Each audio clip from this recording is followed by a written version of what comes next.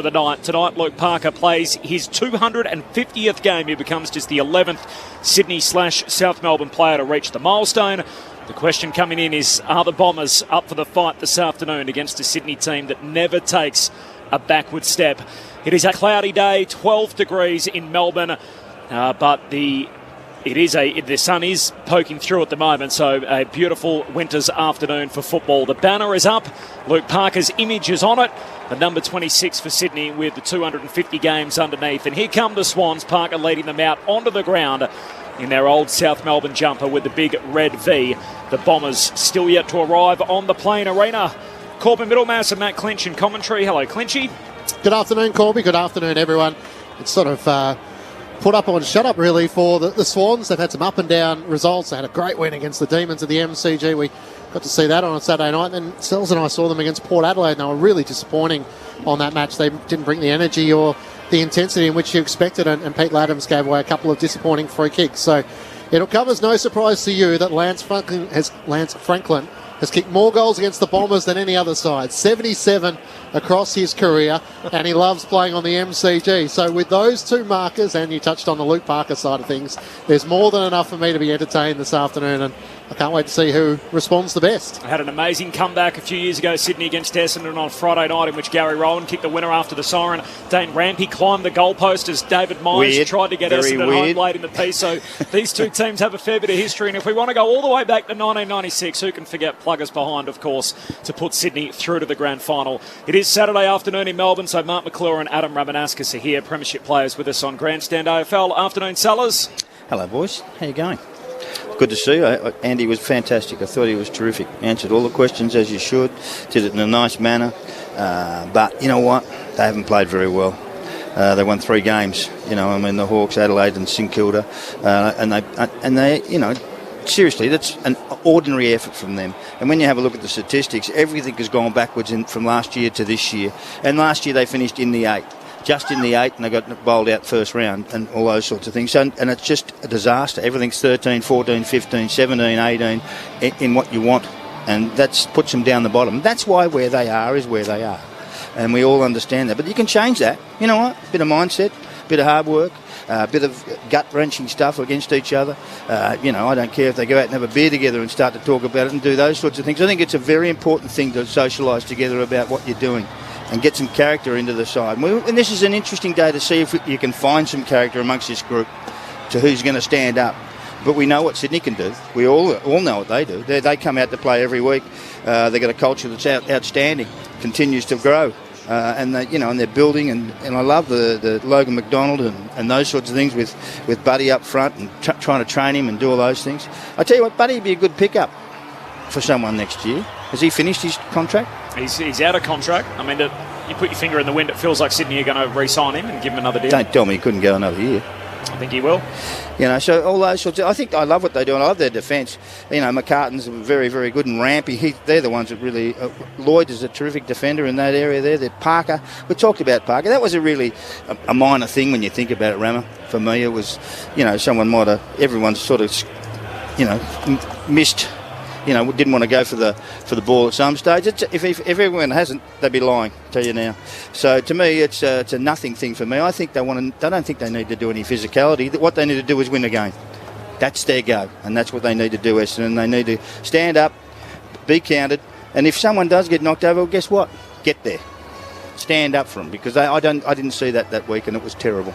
Essendon are out on the ground. It's their home game here at the MCG this afternoon, so they're in their traditional jumper with the red sash as they've worn throughout their 150 years, and the black shorts. Meanwhile, Sydney in the red shorts with the South Melbourne jumper.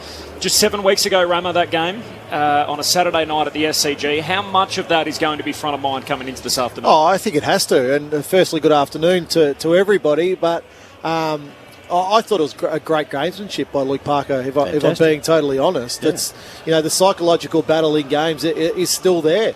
And there's no doubt that it did have some sort of impact on the Essendon players, as much as they said they didn't see it. Well, Dylan Shield definitely did see it. So I'm interested to see what his response is early in this game. They only laid 30 tackles in that game. They should be looking to lay 30 tackles in the first quarter. that would be a statement to show some physicality and some pressure to Sydney. But you mentioned Buddy Franklin before. He's been an absolute tormentor of Essendon for just so many years. Not just them. But he's just a star, and there's absolute no doubt in my mind that he plays football next year, and it'll most likely be at the Sydney Swans. So he's still very much one of the very best key forwards in the competition. Sydney, they're in an interesting spot because their best is comfortably good enough. It was proven against Melbourne out here on a Saturday night when they didn't have Franklin in the team. They were still able to go ahead and beat them, but it's just that gap between their worst. When they do play poorly, they play really poorly, and teams can get a hold of them. So it's how they shorten that gap between their best and the worst will determine the remainder of the season, and if they do have some sort of impact through a final series. They're not a high pressure team, so we talk about sort of pressure ratings, which would probably surprise a few people given Sydney's reputation. Correct. And so that's how teams have been able to get hold of them. The question is, Rama, Essendon are ranked 18th in the competition in that area, so that's not something we've associated with these Bombers. No, and I think if Sydney brings some sort of level of pressure in this first quarter, that will go a long way to winning the game, because it just makes it too difficult. And this is the thing, you're right on Sydney's reputation. Yep. Like the Bloods' reputation, we're hard, we're tough, we're physical, we're contest. Brett Kirk, you think of all those, Paul Kelly, former champions who played that role. But the reality is the way they've drafted over recent years and the style of play, they've shifted right away from that formula. They're now a ball movement team. You look last week against St Kilda. They smacked St Kilda with just moving the ball from one end of the ground to the other and being able to score. So they've still got a doubt defence. Dane Rampy's still a very good player. The McCartan brothers have been just a revelation this year, the way they've gone about a combination. I think we knew Tom was already a good player. Paddy coming back into the AFL scene has been just one of the stories of the year. So there's a lot to like about the Swans. They're still a young team. They're still definitely a young team. And then you flip it over to Essendon. When they do turn up against St Kilda a couple of weeks ago, they look like they're a team that made a final last year. They do. But again, that form has been too few far in between this season.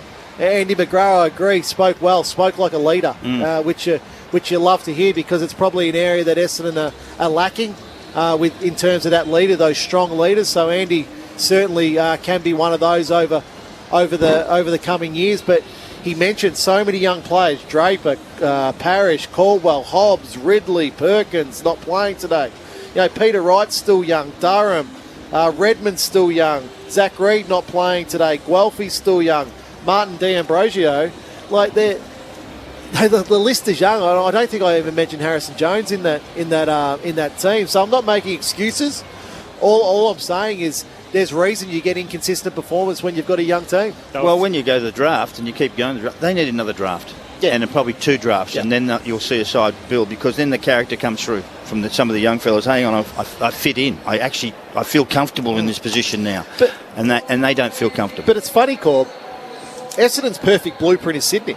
Yeah, the way Sydney have transitioned those older players that they had into these younger, dynamic players now that. They're probably going to play another final series this year. We would assume they lose a close one to GWS in last year's final series. But the way they've transitioned their team now into some sort of a consistent performer is what Essendon should be looking at. Yep. Even Richmond to a certain extent, where you have the senior players that are the core, and then eventually they become the role players, and the young bloods become the main core, where they run the guys show. like Short and Baker, for example. At Richmond. I just think to rebuild a complete team is fraught with danger now, because that could be 7, 8, 9 years.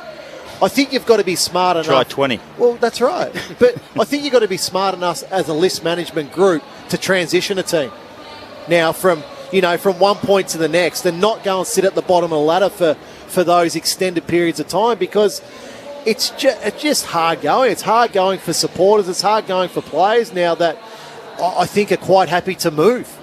It feels like they've got an abundance of talent, Sydney. It's just about whether that talent is quite ready to fire yet. Consistently. And whether week you put, to week. Callum Mills in the midfield or behind the ball to try and provide that leadership across half-back. Sam Reid plays an all-time career great game against Melbourne. Then Lance Franklin returns and he's not the same player in which he was. And the other one I'm always interested in is Isaac Heaney. He's one of the best players in the competition when he's on his day. Mm-hmm.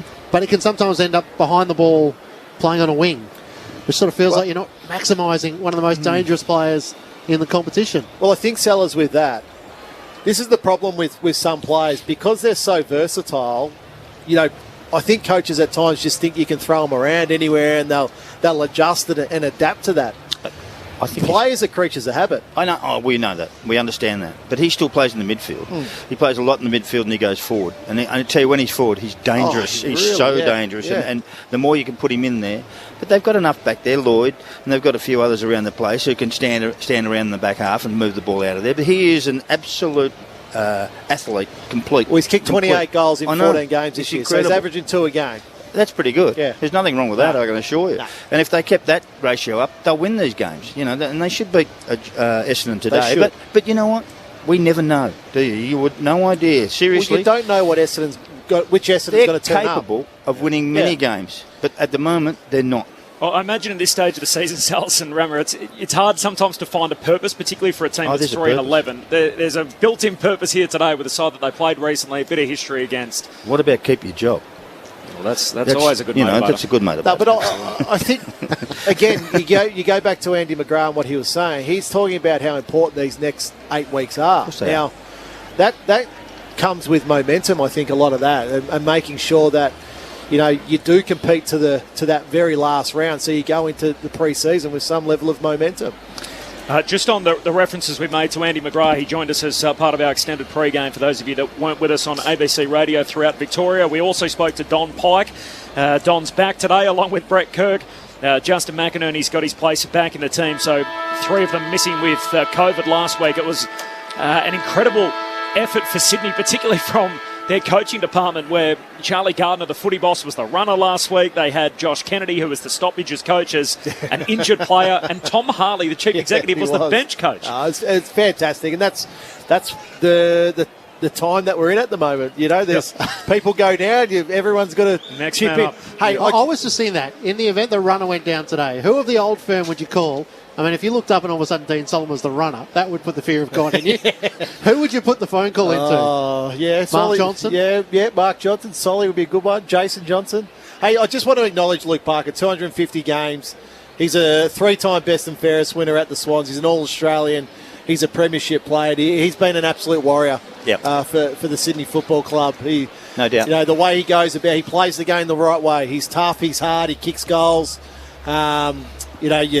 You look at him from when he started to what the player he's become. I don't think Sydney could have hoped for any more. They got a great culture, I can tell you. They actually work on it hardly, but definitely every day to try and get themselves better. So seriously, they come and go. They don't win every game, but gee whiz, they're very hard to beat. Premiership player, 3-time best and fairest winner. He's twice been named the most courageous player by his peers, the AFLPA. So that's a hell of an honour to have, and 250th game today for Luke Parker.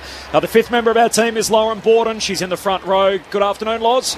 Good afternoon, Corbin. Really nice to be back down here at the MCG on a Saturday arvo. Pretty crisp conditions down here, about 12 degrees, and you can certainly feel it. A significant breeze blowing towards the city end of the MCG, and that's exactly where Parker chose to kick that way, as we see a little bit of pushing and shoving going in the middle before the bounce has even gone. So, Sydney will be kicking towards the city end where the breeze is going, and about 40,000 expected to come here to the MCG today, all rugged up and ready to watch the match. Matt Guelphy just saying hello to Tom Papley on the way through. Essendon and Sydney. The Swans, they spoiled Dyson Heppel's 200th game milestone. The Bombers trying to return the favour to Luke Parker and the Swans this afternoon. Who will flinch first?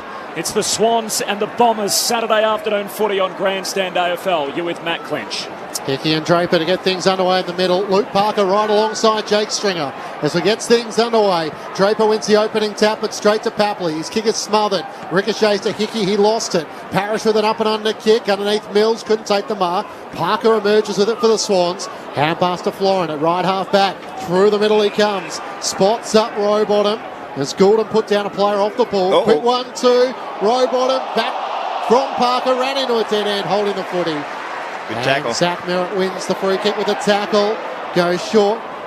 D'Ambrosio finds the short option and Langford has it on the members' wing. Second up, Cole Langford after that bad hammy. I think we were here round one against Geelong on the southern wing. Yep.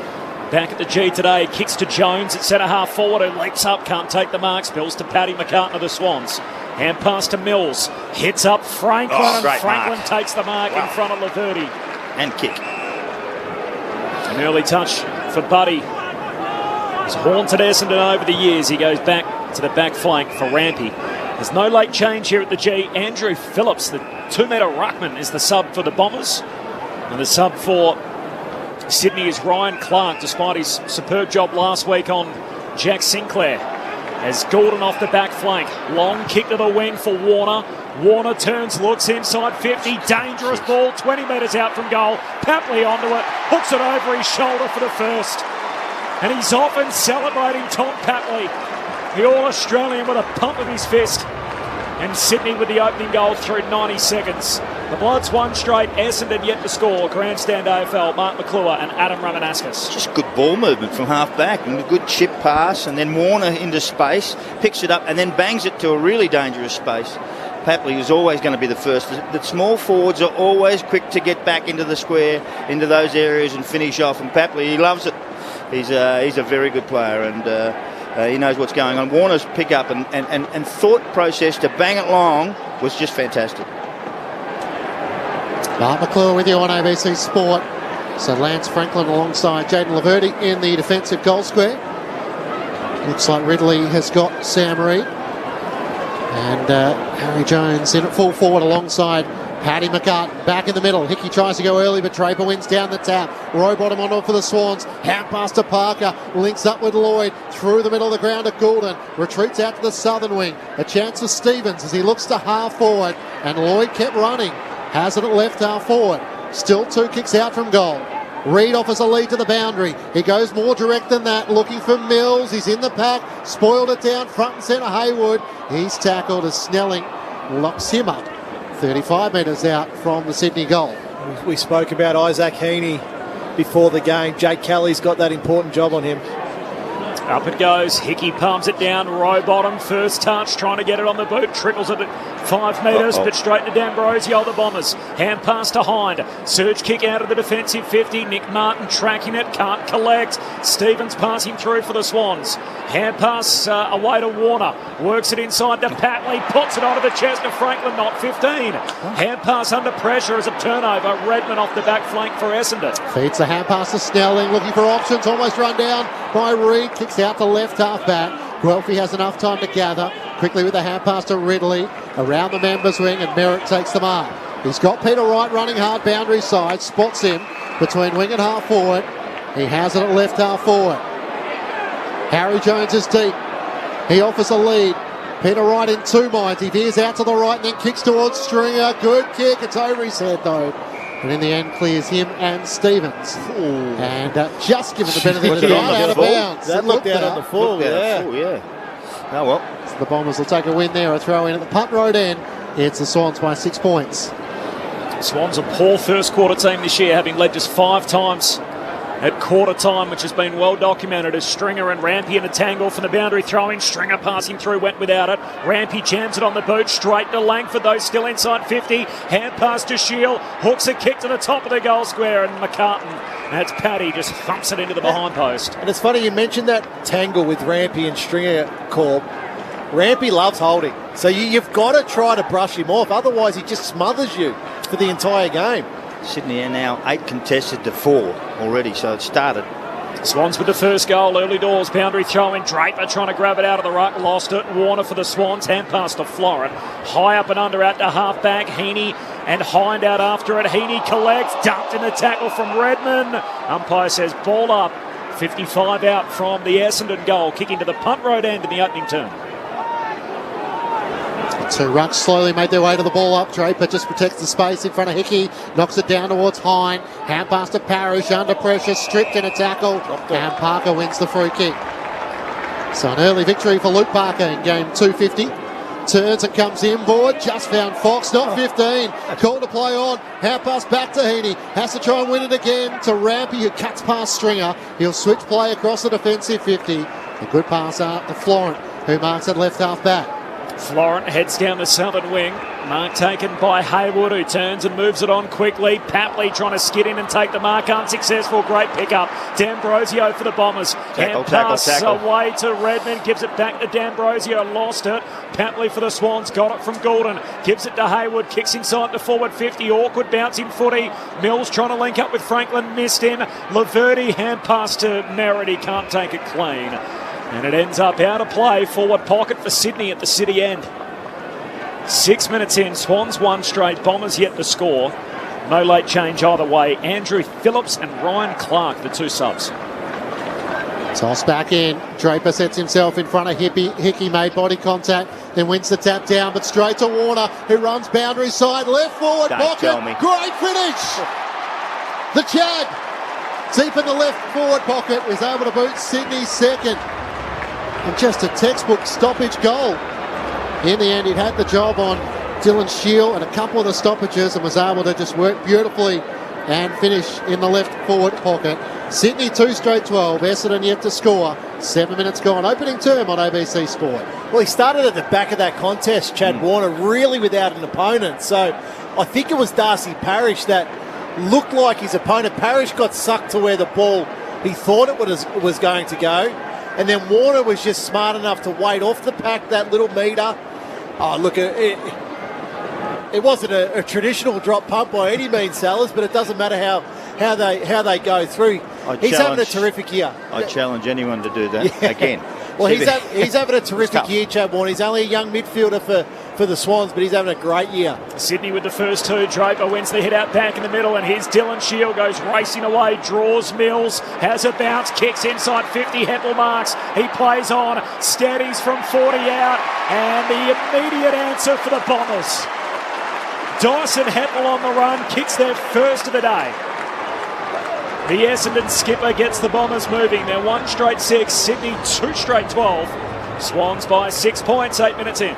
Well, the clearance for the Bombers, that's a good thing for them. They clear it out of the centre of the ground. They haven't cleared too many at this stage. They put it into space, and then Dyson Heppel just pounces, all the way, get it in forward, get it in quick, get some movement of the ball up there, and all of a sudden your smart players will find it. And Dyson Heppel is certainly one of those. 5-3, those clearances. Rammer Sydney's way, and the uncontested possession also heavily their way early, 26-14. Yeah, or possessions heavily their way, 38-21. Yeah, they're miles in front. Yeah. So an important steadier for the Bombers early here after the Swans kick the opening 2 goals. Bounce back in the middle, Hickey and Draper. Hickey tries to take another ruck, ran into a dead end. Caldwell laid the tackle, spills to Rowbottom, hacks the kick up to Goulden. He takes the mark, looks inside 50. Here's Buddy. Did he hang on to it long enough? It spilled off his chest. In the end, it was knocked out as he had his arm chopped. And he has it out to the left. He'll kick from just on 50. He's a good user of the ball, Harold Goulden. That is, he's only small. He's 176, but he kicks it low and flat. Like Franklin would love to lead at him. Franklin loves those marks on lead. He doesn't like the big contested marks, but geez, Harold Goulden on that left foot, just beautiful to watch. Lance Franklin has kicked more goals in his career against Essendon than any other side. Back on the big stage of the MCG. Welcome back, buddy. He may argue I never left. And the Swans have 3 of the opening 4 goals of the match. 3 straight 18 to the Bombers, 1 straight 6. 9 minutes gone, opening term on ABC Sport. No, it's a clearance game at the moment. You look at the goal prior with Heppel. It's Dylan Shield out of there. That was Rowbottom who worked extremely hard to get the ball to Goulden. And as I mentioned, you give Goulden that little bit of space, and I know he's only in his second year. Had 5 possessions. But he's already got a lethal left foot, Sellers. So, 5 possessions. His kicking's going at 100% at the moment. He's going Franklin, again, you could be the best defender in the world, but you're not going to stop that. Franklin's still just fast. He's strong. He gets that little separation. He's going to take the mark. 78th goal against the Bombers all time as Tom Hickey back in the middle, down to Parker in his 250th, back to Hickey, hand pass to Lloyd, who just jams it on the boot to centre half forward. Laverty tries to knock it down for Essendon. Pack forms behind him. Laverty becomes tackler on Parker. And a ball up centre half forward for Sydney. I know you're a stats man, Corb. I want you to find out by the end of the game which player has kicked the most goals against a club. Right. That would have to be close, wouldn't it? Jeez. And the restart comes down to Heppel. His hand pass, not a good one. Picked off by Warner. Hand pass to Papley, just can't control it. In a tangle with Redmond, goes to ground, no free kick. Durham, hand pass back to Dirk Thatcher, soccers off the ground. Another dangerous handball from Heppel, close to the boundary line. Parker dispossessed as soon as he got it. It's a battle. Quick hand pass game for the Bombers. Caldwell to D'Ambrosio. Hand pass to Heppel, gives it to Merritt, who kicks off the back flank. Up towards Jones, and Paddy McCartan had the arms around him, so he'll take the free kick just short of right half forward for Sydney. Looks boundary side towards Franklin. Flew up against Durham. Off hands, it comes down. Franklin trying to keep it alive now. Becomes the tackler on Jones. It spills out to Paddy McCartan. Hand pass to Blakey. Under pressure. Works it to Warner. Tries to squeeze a kick inside 50. Looking for something that Papley can get on the end of. He chases back after it. Into the left forward pocket. That's a great tackle. Just as Papley looked up, tried to find an avenue towards goal. It was shut down immediately. A ball up only 5 metres out from Sydney's goal. And at the City end, it's the Swans by 12 points. The more I think of it, Gordon Coventry would have only played against 8 or 9 teams. But he's had to play against 16, 17, so yeah, or probably 18 teams. So that probably rules him out. I imagine Tony Lockett will be up there against somebody. I think he tormented everyone. Fitzroy a couple of times. And I'll have a look through a few of the 1K club. There's a free kick here for the Bombers from the ball up. Not releasing the footy on the bottom of a pack of 5 or 6, so free kick for the Bombers. And Dirk Thatcher in front of the behind post. He'll go long to the southern wing, and Peter Wright leading up takes the mark in front of Tom McCartan. He's a long way from goal. He's in the sunshine, which is most valuable today on a cool day in Melbourne. Hand pass out to Redmond. Short kick finds Heppel. The only goal kicker so far for Essendon. Across the ground to Merritt. And he swings his kick from one side of the centre square to the other. Laverty marks. Hand pass to D'Ambrosio. The Bombers up into the front half. Short kick to Kelly. Swans by 12. 3 straight to 1 straight. 13 minutes in. Kelly comes out wide to Martin. What a debut this man had on this ground back in round 1. 5 goals on debut. 21-year-old can pump Essendon inside a crowded forward 50. The big man Draper down there. Paddy McCartan knocks it away from him. Down to Langford. Tackled, dispossessed. Pack forms behind him. Ball spits out in the direction of the Bombers. Bottom of the pack is Hobbs. He's tackled. Ump says, I'll have it. And a ball up 25 metres out from the Essendon goal. Thrown up. Draper. Hickey taps it down. Straight Sydney's way. Parker with a kick up towards the defensive 50. A chance still for the Bombers as Hine gathers. Kicks for Wright. On the lead, he marks in the left forward pocket. Yeah, it was good by D'Ambrosio there, but then the patience by Nick Hine. Easily could have blasted away. Waited for the leading target to come at him. So Peter Wright, he's been in good form. He's having a really good year. Smart lead. You want to get both McCartans out of their comfort zone of the long ball. 33 goals, 15 for Peter Wright, leading the Bombers' way in 2022. Shot on goal is pretty good, but it faded right late. And slams 3/4 of the way up into the right goalpost for a minor score. The Bombers 1-1-7. Sydney 3 straight 18. 14 minutes gone opening term. Gordon Coventry kicked 100 goals against all but one club he faced. So 100 plus. I've got the clubhouse leader at 143 against South Melbourne for Gordon Coventry. How old would he be now?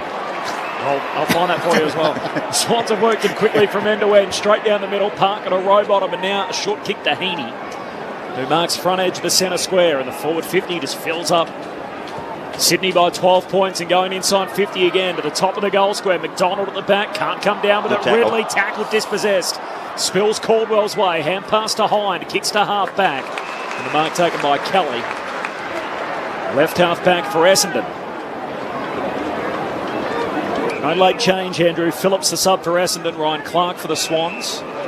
Bombers did have a change after the teams came out, however, with Perkins missing with a calf complaint, so Hobbs holds his place in the end. Short kick to Durham, now a short kick to Redmond. He goes long down the wing, and Guelphy takes the mark, but not before a push. As Stringer just trying to illegally move his opponent out of the way, and a free kick for Paddy McCartan on the wing for the Swans. Back to Rampy. He has it between wing and half back on the members' side. Reid holds his hand in the air, wanting him to drive it long down the corridor. Sends it in that direction. Redmond sets flight. Pinched it off him. And the ever-reliable Bombers defender takes the mark 35 metres out from his defensive goal with good support from Zerk Thatcher. Switches it to right half back where Nick Martin takes the mark. He can work it over the top and Hobbs, as it is his cannon into by Lloyd. Where would Nick Martin sit in Essendon's best and fairest, Ramble? Top 5. Pretty good for a guy who wasn't on the list at the start of the year. Yeah, he's had an outstanding year. Hobbs called to play on. Drives it around the southern wing. Langford at the back of the pack. Fluke can't hang on and it spills out in front of he and Goulden. I think we're doubling up, Corby, on stats. How are you going here? I've got Stuart Gordon Coventry at 143 against South Melbourne. I also would make him 121 sellers in September. Could still get a kick. He's spring chicken. Probably could. The boundary throw in. The Bombers win it through Parrish on the southern wing. Hand pass to D'Ambrosio. Links up with Heppel. Hand pass to Hind. Kicks inside 50 and Harry Jones unmarked. Takes it right half forward for the Bombers. That's Hind again through the middle of the ground. It comes off the stoppage there. So Essendon able to win the stoppage there on centre wing. And Hind unmarked. So he's able to get through on the burst. And not many are going to catch him when he's on the burst.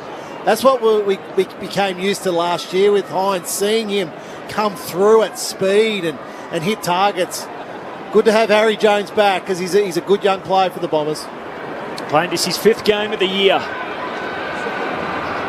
He moves in, kicks from right on the 50. It hasn't got the trip. It's whacked through by Sam Reid, who leaps up in the defensive goal square and punches it into the post. And behind, 3 straight and a 1-2. The Bombers are in the game though. Sydney by 10 points after 17 minutes. But they turned it over. Chance for the Bombers to pinch it back, although Durham's hand pass wasn't all that good. Nick Martin sends him inside 50. Peter Wright in the pack, can't take the mark. Guelphy at the back, trying to duck and weave. Hand pass to Hobbs, brought down by Blakey. Just as they're about to get a shot on goal. Is that a free kick? And Rowbottom took the advantage, but it's going to come back. He was in two minds there, Hobbs, whether to snap it over his shoulder or give the handball to his teammate in the goal scope. But terrific pressure, I think, by the Swans there. Just never gave up inside their defensive 50 with the tackle. So it's going to come all the way back to Nick Blakey, who's just a couple of feet out from his defensive goal, the punt road end. Sydney leading by 10 points. Short boundary side finds Callum Mills. Looks up the members wing. Has Logan McDonald and Reid, puts it in that direction. In front, Ridley couldn't get a hand to it. Picked up by Campbell, feeds the hand pass to Goulden. Up to Heaney, one-on-one. Kelly slid across and chopped his arms in the end. It would have been one or the other. Oh, no, and he draws Kelly on the mark. So Kelly told to stand. Heaney feints to hand pass, and of course Kelly just goes instinctively with the player with the ball, and now he's going to be marched 50, and so Heaney will have a set shot inside 50. That's a difficult one, isn't it? It's a hard penalty. It's a difficult one. Yeah. The problem is that's the rule now. Understand? Yeah, it's a. And so do they. Yep, they know. Correct. They know. And you could see Jake Kelly throw his head back as soon as he moved. He knew he made the mistake.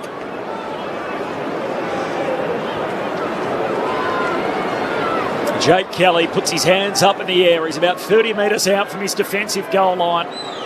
All he can do now is stand there and watch as Isaac Heaney pops it over his head. Pays a tough price for that. 4 points for Sydney. And Isaac Heaney pops through the Swans. 4th of the day. They move to 4 straight 24. Essendon 1-2-8. Approaching time on in the opening term. It's the Swans by 16. You don't need to give Heaney the 50-metre penalty, I can assure you. Such a balanced player. I mean, it's a tough rule, that. Very, very tough. And Jake has made a mistake because you automatically react that way. It's just simple. Sometimes the umpires, they all know the rule, and Heaney got the start. It's natural to do it. Yeah. So, but still, that Heaney, he's a beauty. Finds space, gets in the right spots. Now they're 4 single goal kickers for the Swans. All of a sudden, the Swans back out by 16 points. Back in the middle. Draper up against Hickey. Draper went early. Hickey read it best. Wins the clearance. Hand pass to Parker for Sydney. Turns onto his left-hand side. Kicks to Franklin. Laverty worked him underneath it, then has to try and regather. Hand pass to Parrish, tackled by Rowbottom. Can't get a clean disposal away. Trying to kick it over his shoulder. Lying on his back was Campbell. And a chance for the Bombers, although Parrish's kick is a wobbler. It cleared Stevens. Nick Martin swoops in. Gathers it for the Bombers. 1-2 is Zerk Thatcher at left half back. Martin looks up to the wing and finds Stringer. Great kick. Stringer turns, heads to half forward. Backpedaling, Snelling takes the mark. He's 60 metres out at left half forward. Looks inside the corridor. Not his desired result. Wanted to get it to Caldwell. Trying to take the sprawling mark. Rowbottom drops it, but plenty of time to mop it up. Mills, hand pass to Hickey. Links up with the Lizard Blakey, who swings it out to the wing for Goulden. Hits up Franklin. Franklin keeps it moving. And the Lizard keeps on going. 2 bounces for Blakely. Kicks inside the forward 50. No mark for Campbell. It spills down to Patley. Patley kicks a high up and under. There was a downfield free kick. It lands in the lap of Sam Reid regardless. And Sydney will be having a set shot. 15 out, just right of centre. Continuous movement all the time from back to forward. They're pretty good at it, Sydney. Sam Reid had a career game here against Melbourne a couple of weeks ago with 3 goals. Goalless in his last couple. Not today. He's got Sydney's 5th. And the Swans are having their way increasingly. It's Sydney by 22 points. Time on in the opening term. The Swans 5 straight. Essendon 1-2. Adam Ramanaskas and Mark McClure. Well, they're having their way with Essendon through their ball movement.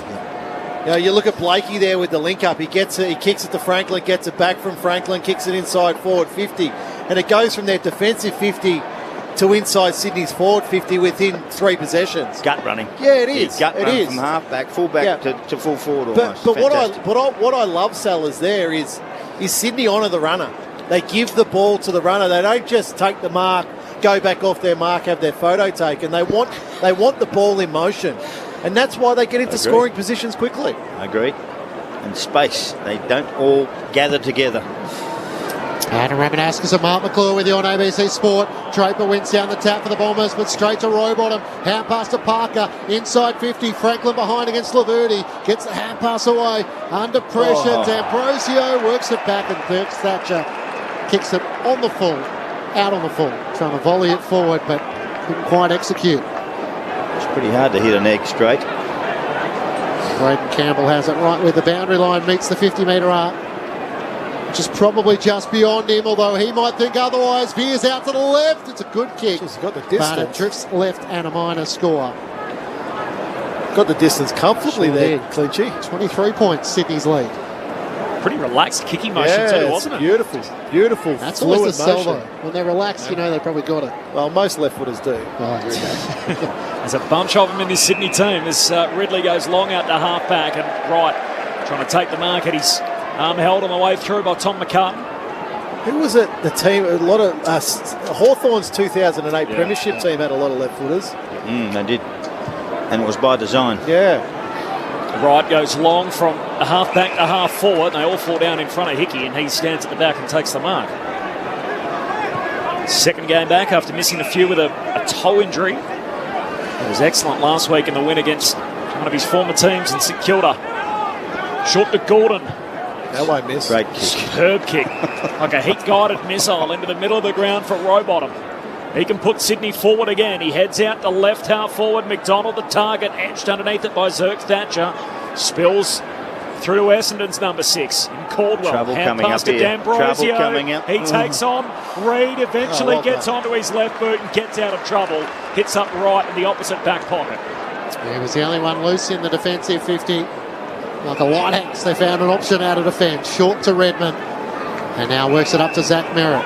You do keep stats on that though, don't you? Left footers and right footers? I've got a few documented. What are the Swans got left footers? 7 today. Blakey, intercept mark, Warner, Gordon, back to Blakey, almost within striking distance, kicks for Franklin, missed him. And Ridley's able to take the intercepting mark for the Bombers. Looks out to the southern wing, Caldwell's free, can mark on his chest. The Swans have a loose fill in the hole though in Fox, tries to kick it beyond him, up towards Jones who flies, can't take the mark, did have contact to the head. So I'll take the free kick on the southern wing. Here's Durham, looks down to half forward for Essendon. Stringer goes up in the air, can't take the mark. He's got Parker for company. Trying to get out of his reaches. He's in trouble. Caught holding the ball. The two-man tackle as Rampy comes to lend a hand, and Rampy's going to take the free kick. You like Jake Stringer trying to take the game on there, trying to fight through tackles, but just give the handball. Just give it a quick handball. Rampy long down the southern wing. Franklin again in a tangle there with Ridley on this occasion and gives away the free. Huge push in the back. Franklin in the sunshine on the southern wing. Swans by 23 approaching quarter time. He goes short. And here's our man Errol Gordon. A neat left footer and he's kicked it out of the full. He goes short along the boundary line. Trying to hit up Fox, and he turns it over. So out of bounds it goes, and the Bombers through Durham will get the free defensive side of the wing. He doesn't have a lot of options because Blakey is waiting long down the line, so has to go short to Hine. They're getting shorter and shorter, Essendon, with their foot skills. Shorter and shorter. Another short pass to Parrish. Now he shows a bit more intent to try and send it towards Hobbs, who marks almost 50 out. Wanted to get the hand pass, but Blakey just held him from dishing that ball to the streaming player coming past. Hobbs out at right half forward. Long kick towards Peter Wright. Draper's there as well. Right in front position. Couldn't hang on. Parker front and centre. Hand pass to Rampy. His kick is smothered by Snelling. And it spills out of play. Parker's involved. There's a bit going on.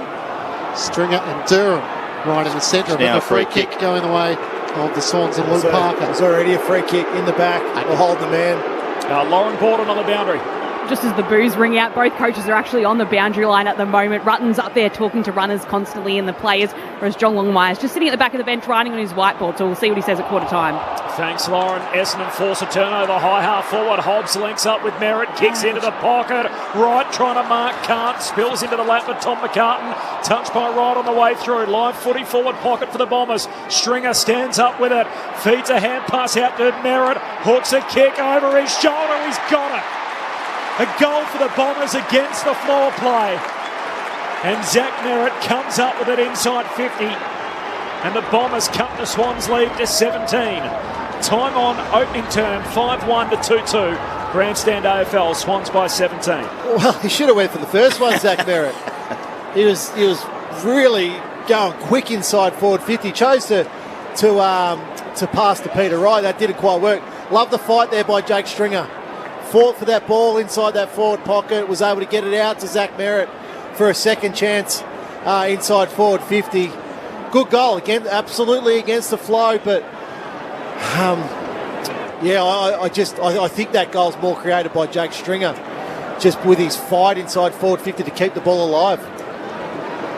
So one to Heppel and one for Merritt. They've combined this year for 5 goals between them, so not their usual avenues to go. The Bombers getting a bit of the uncontested possession, 61 to 56, but the Swans still comfortably on the scoreboard. Parrish at the back edge of the centre square, long towards the wing. Nick Martin couldn't hang on. Still a chance though as Langford tries to dive on the footy. He can't wrestle it away from Heaney. And the umpire will throw it up just on the edge of the centre square and the southern wing.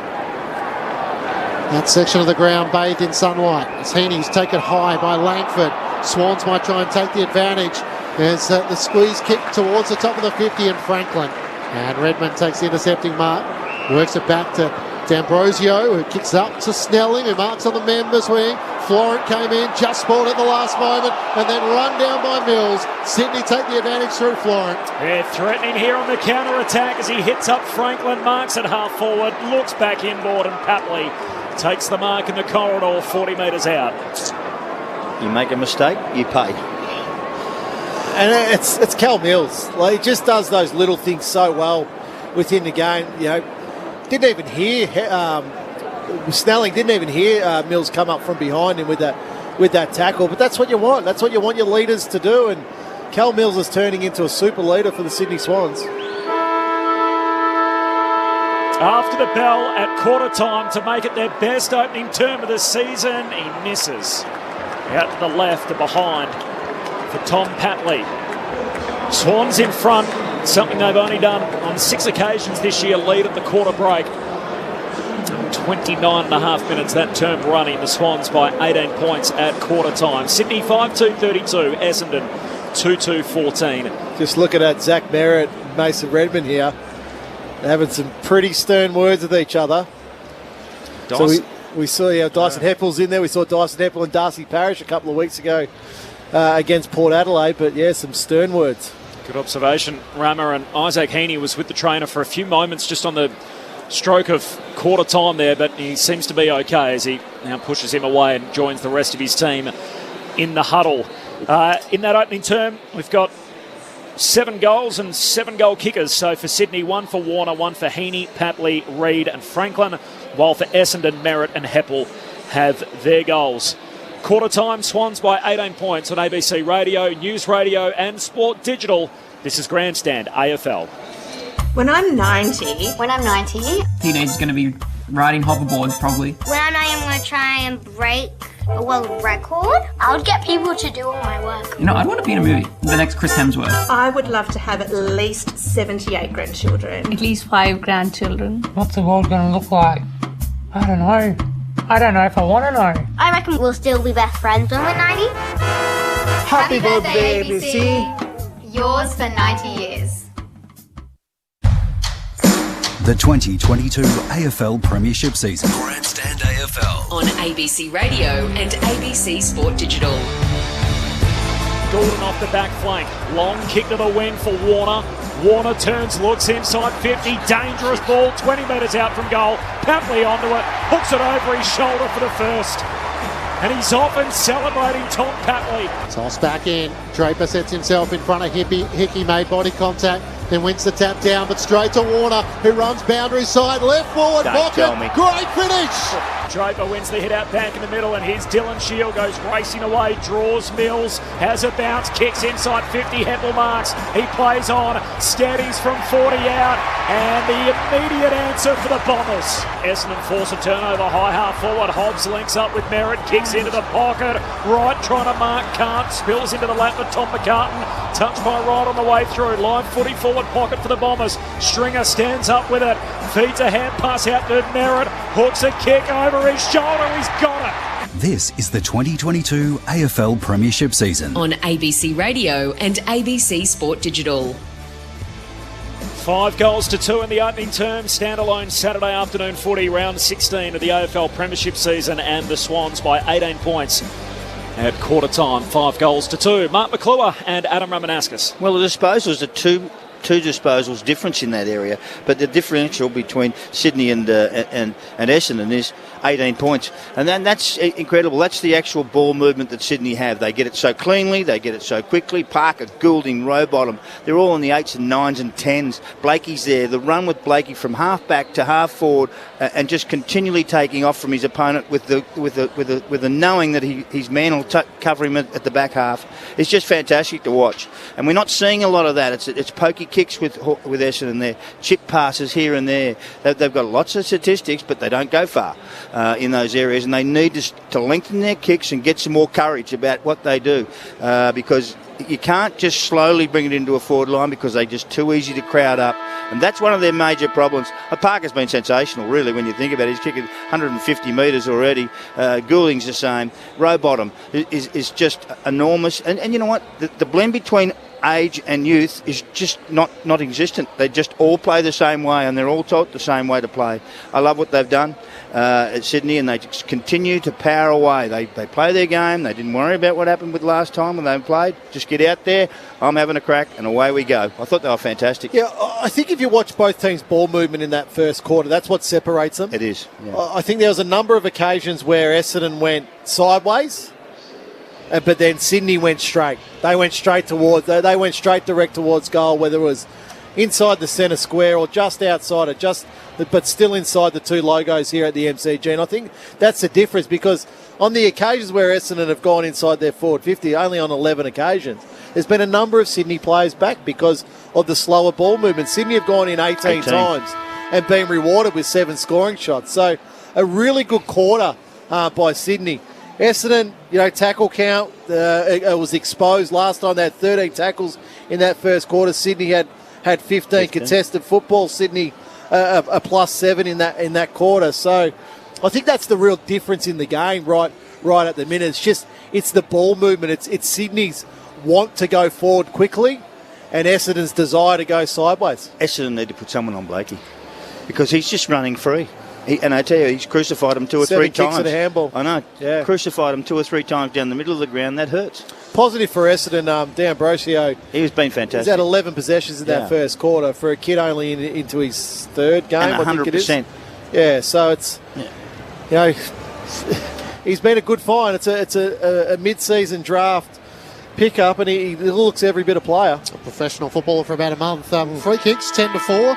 Can you be overzealous in trying to make a statement? Of course you can. Sydney's way 10-4. Inside 50s, the major differential on the stat sheet, so +7 in the Swans' favour. The sellers mentioned disposals very similar. The Swans +7 in contested possession, +4 in the clearances, but the Bombers will win one here. Draper down to Stringer, hand pass to Shield, kicks Essendon inside 50 to start the second term. Past right, his direct opponent Tom McCartan links up with Florin, heads out to half-back, wanted Goulden. Hind knocks him out of the way, wins the footy, heads inside 50, trying to find Martin, can't mark, spills down to Warner. Got it to Parker, hand pass to Rampy. Rampy gives it to Papley, chips it up to halfway for Franklin. Not paid 15 metres, but we'll get a free kick. Laverty held on to him when he didn't have possession, and Lance Franklin to take it in the middle of the MCG. Away to Blakey, Miss Mills with his kick, spoiled down by Heppel, still a ball to be won. Stevens over the top, and Guelphy over the top of him, just to the left of the centre circles. Matisse has caught me with the most goals against an opposition side. John from Coburg's right on to Gordon Coventry. Had that stat, 143 against South Melbourne. Here's a chance for Sydney through Stevens, trying to dodge and weave. Turns onto his right, kicks up to the wing. Heaney takes the mark. Hand pass to Chad Warner. Looks inside 50. Franklin's on, back with the flight, takes the mark. And Laverty can't make up the ground. Buddy plays on, adds insult into injury, and kicks his second. Back. No, he's going to have to come back and do it over the mark. Over the mark. And why would that be?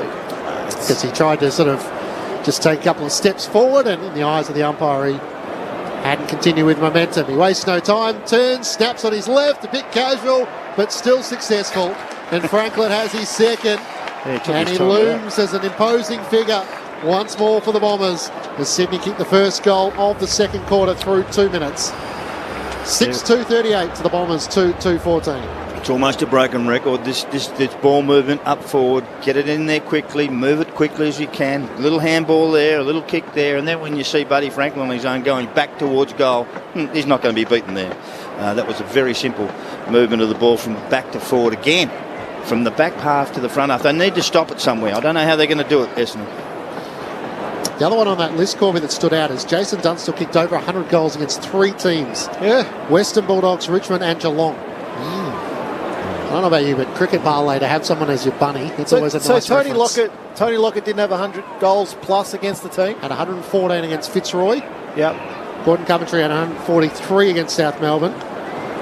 Titus had 99 against Essendon. Wade 122 against the Tides. Tides. Swans by 24. What about 13? The umpire recalling it back in the middle. Hickey palms it down a second time to Mills, who's locked up in a superb tackle. That his arm pinged, and the umpire in the end says holding the ball. Parrish, the tackler rewarded, kicks out wide for Shield. Shield pokes it further wide to Hind. 70 metres out, looks inside the forward pocket. Leaping up for it, Guelphy. The ball goes over his head and out of play. Throw in forward pocket for the Dons. Not a dangerous kick, though, was it? Well, if you win a free kick in the middle of the ground, you want to go direct. So the first kick there from Essendon is out wide again. So you just limit your options going inside forward 50 really quickly by going one side. Swans by a game high 24 from the boundary throw in. First possession for Stevens. Hand pass though picked off. Guelphy under the pump, gives it to Merritt. High up and under into the pocket. Wright just knocks it back for Essendon. Swans with heaps of jumpers around it. Paddy McCartan, handball away to Lloyd. Kicks out of the defensive arc but turns it over. And Heppel marks high half forward for Essendon. Everyone's in the front half. Yeah. Except for Franklin and Reid.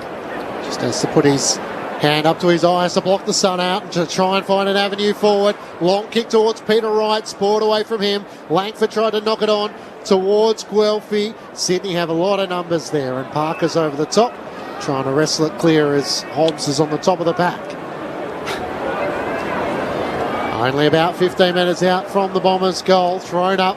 Neither ruck had a tap onto it. Draper tried to bulldoze his way through, can't get past. And now Mills has the footy locked to his chest.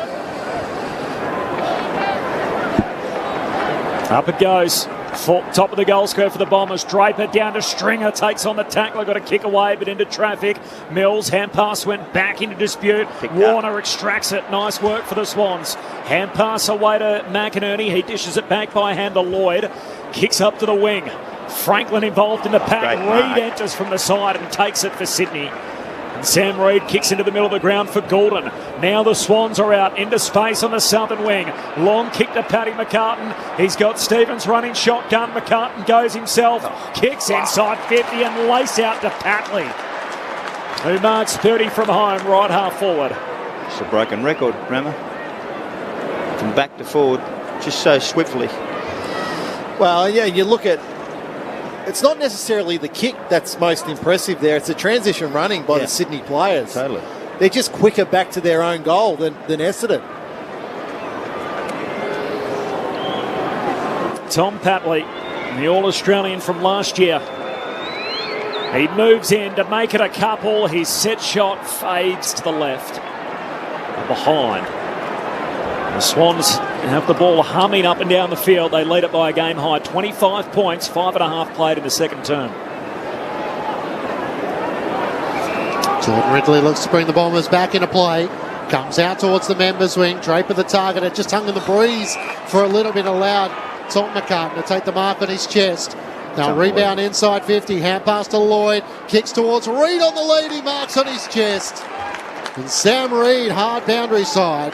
He marks 5 or 6 metres in from the boundary. A tight angle, but he'll kick from about 35 metres out. Yeah, but the kicking skills, Rammer, are just extraordinary, aren't they?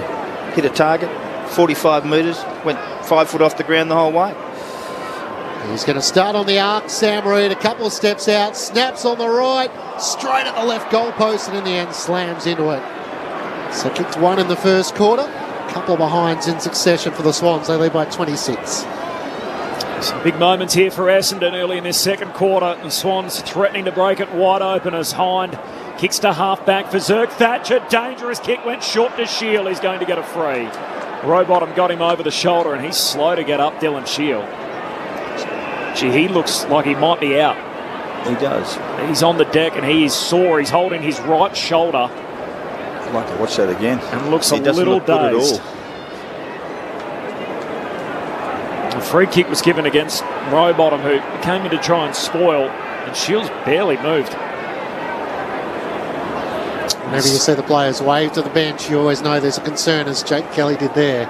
He gets up now by himself, which is good news. It looked as if he was holding his shoulder originally. It may be he's trying to push the trainer away now. Yeah, I know he definitely didn't get a knock in the head, so no. I think it's the shoulder, so maybe it was just a stinger. I think the weight went through when Rowbottom was on top of him. Yeah. With the shoulder slightly awkwardly out with the arm out. Short kick to Hind. Hind goes long down the wing. Hobbs collects it in traffic for Essendon. Hand pass away to right in their front half. Hand pass from Heppel. To Heppel, and then he goes back by hand to Hind, kicks to half forward.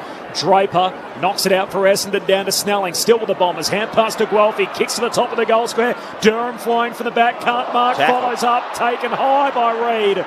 Free kick for Durham in the pocket. I don't think that was high. No, it's a good tackle. I thought it was fine, just below the shoulder. Umpire Brett Roseberry, who's the player's favourite in the forward pocket. Free kick for Essendon. Good luck. Sammy Durham, picked up in the mid-season draft last year, got a 2-year extension earlier in the season. He opens up the angle, he snaps goalward. That is a beauty. Great finish from Durham.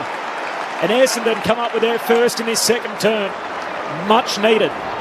Sydney's lead cut to 20 points. The Swans 6-4, Essendon 3-2. 9 minutes played second term. Adam Ramanauskas and Mark McClure. Well, it was a good finish. It was probably a surprising free kick, but it was a good contest by Durham because it was against the taller Tom McCartan inside forward 50, and just getting a replay there, it's very marginal against the Swans if that's a free kick.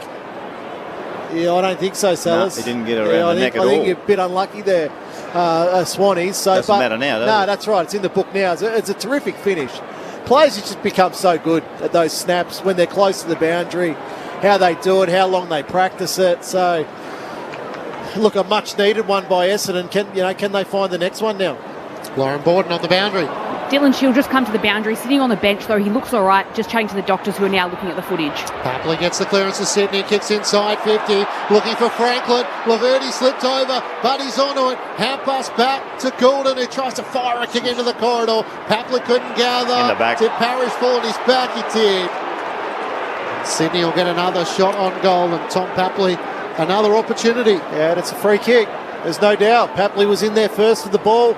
Parrish just simply came over the top for a push in the back. 1 goal, 2 for Tom Papley so far this afternoon. He was the guy who got the centre clearance for Sydney. And here he is in the resulting passage of play, ending up with a shot on goal. There's no doubting his importance to Sydney's side. One of the stars of the competition. Papley kicks it off the instep. That's a shocker. Didn't get the distance from 40 metres. And Heppel marks on his chest. 2 in a row.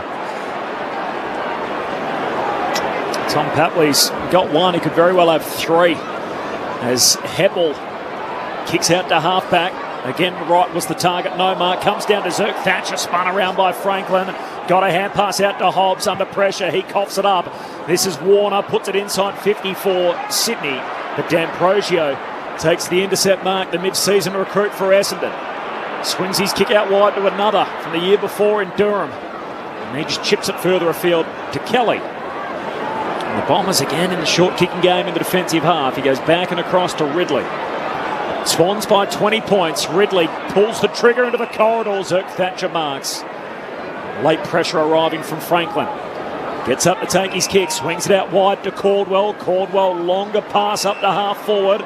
Mark taken by Heppel. Pokes the kick down to the 50 for Nick Martin. Slow build up for the Bombers. They're now 55 out. Kicks to centre half forward. Kelly's got it again in the chain.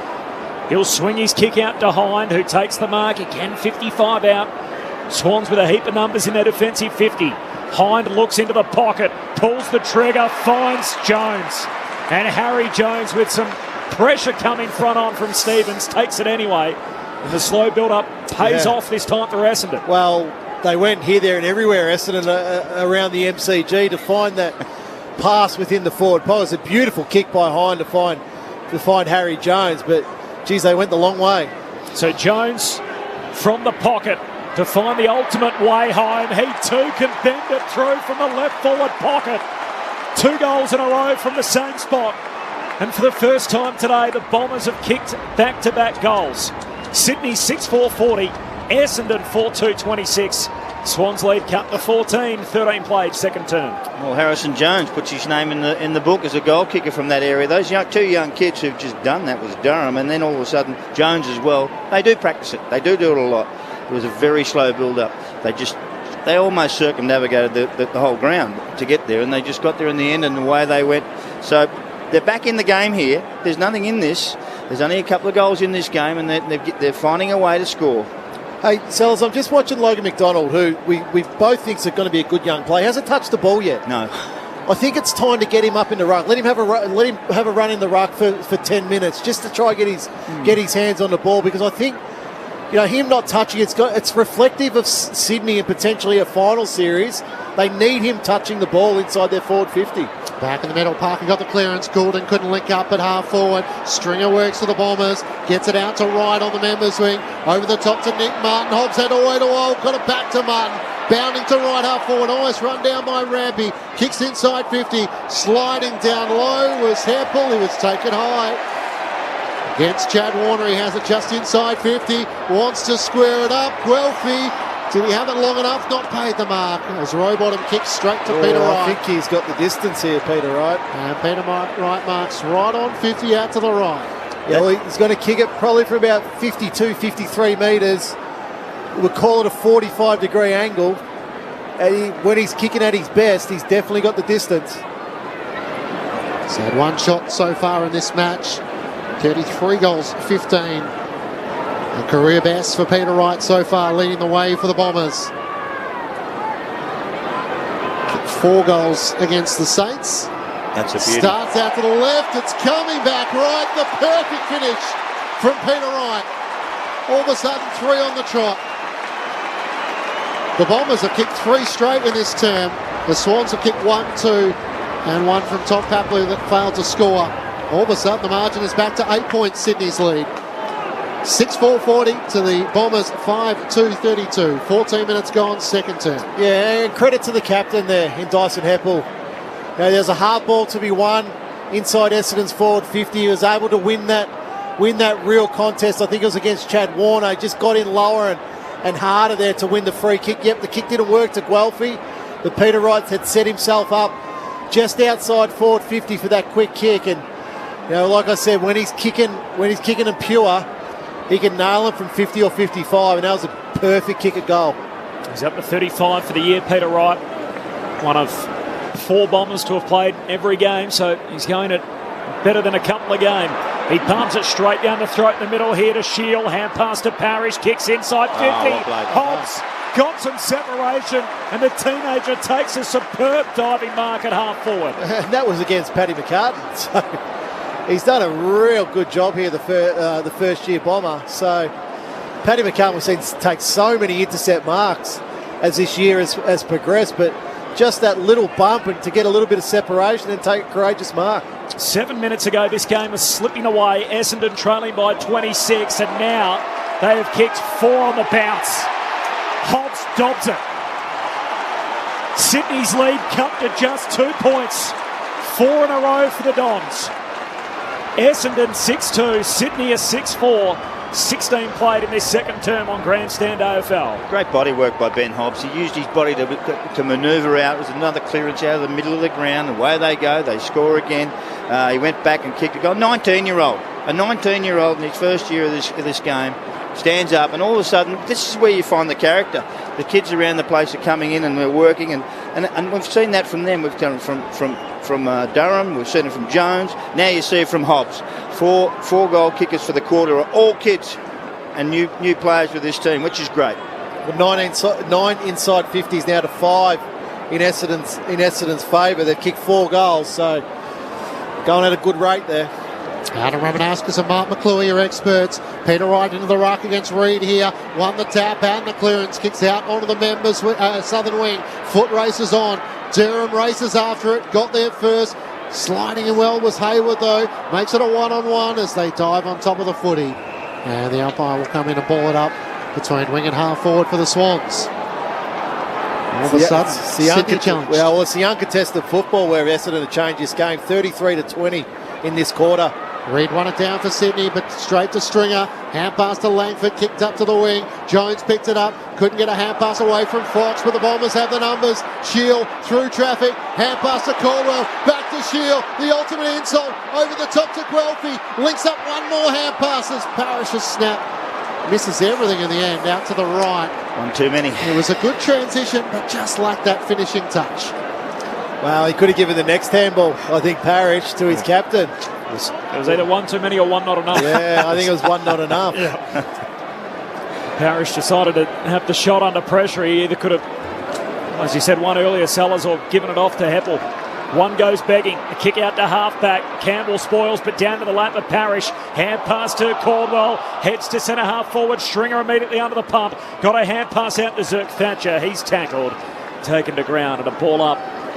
McDonald lays the tackle there for Sydney. Ball up, attacking edge of the centre square for Essendon. Dons with the last 4 in the game. Wright leaps up, wins the hit out, but a pack forms right in front of him as Rowbottom's tackled by Shield. So another ball up, centre half forward for the Bombers.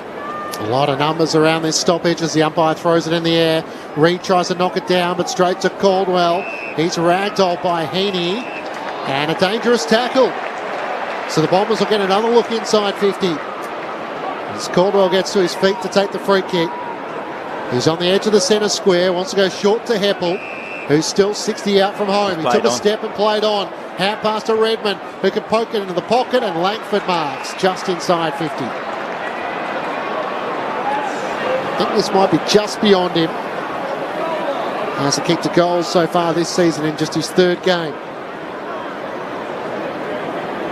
Out to the right. A chance to put the Bombers in front. Who would have thought we would say that? And Sydney at one stage led by as much as 26 in this second quarter. Kyle Langford back in the Essendon side. Flies on goal. It drifts left and just across the face. Mark, great. But Peter Wright's got it up against the left goal post. We're going to check whether it was over the line before he clucked it. No, I think he's marked I think he's inside, yeah. Yeah. Oh, hang on, they're checking.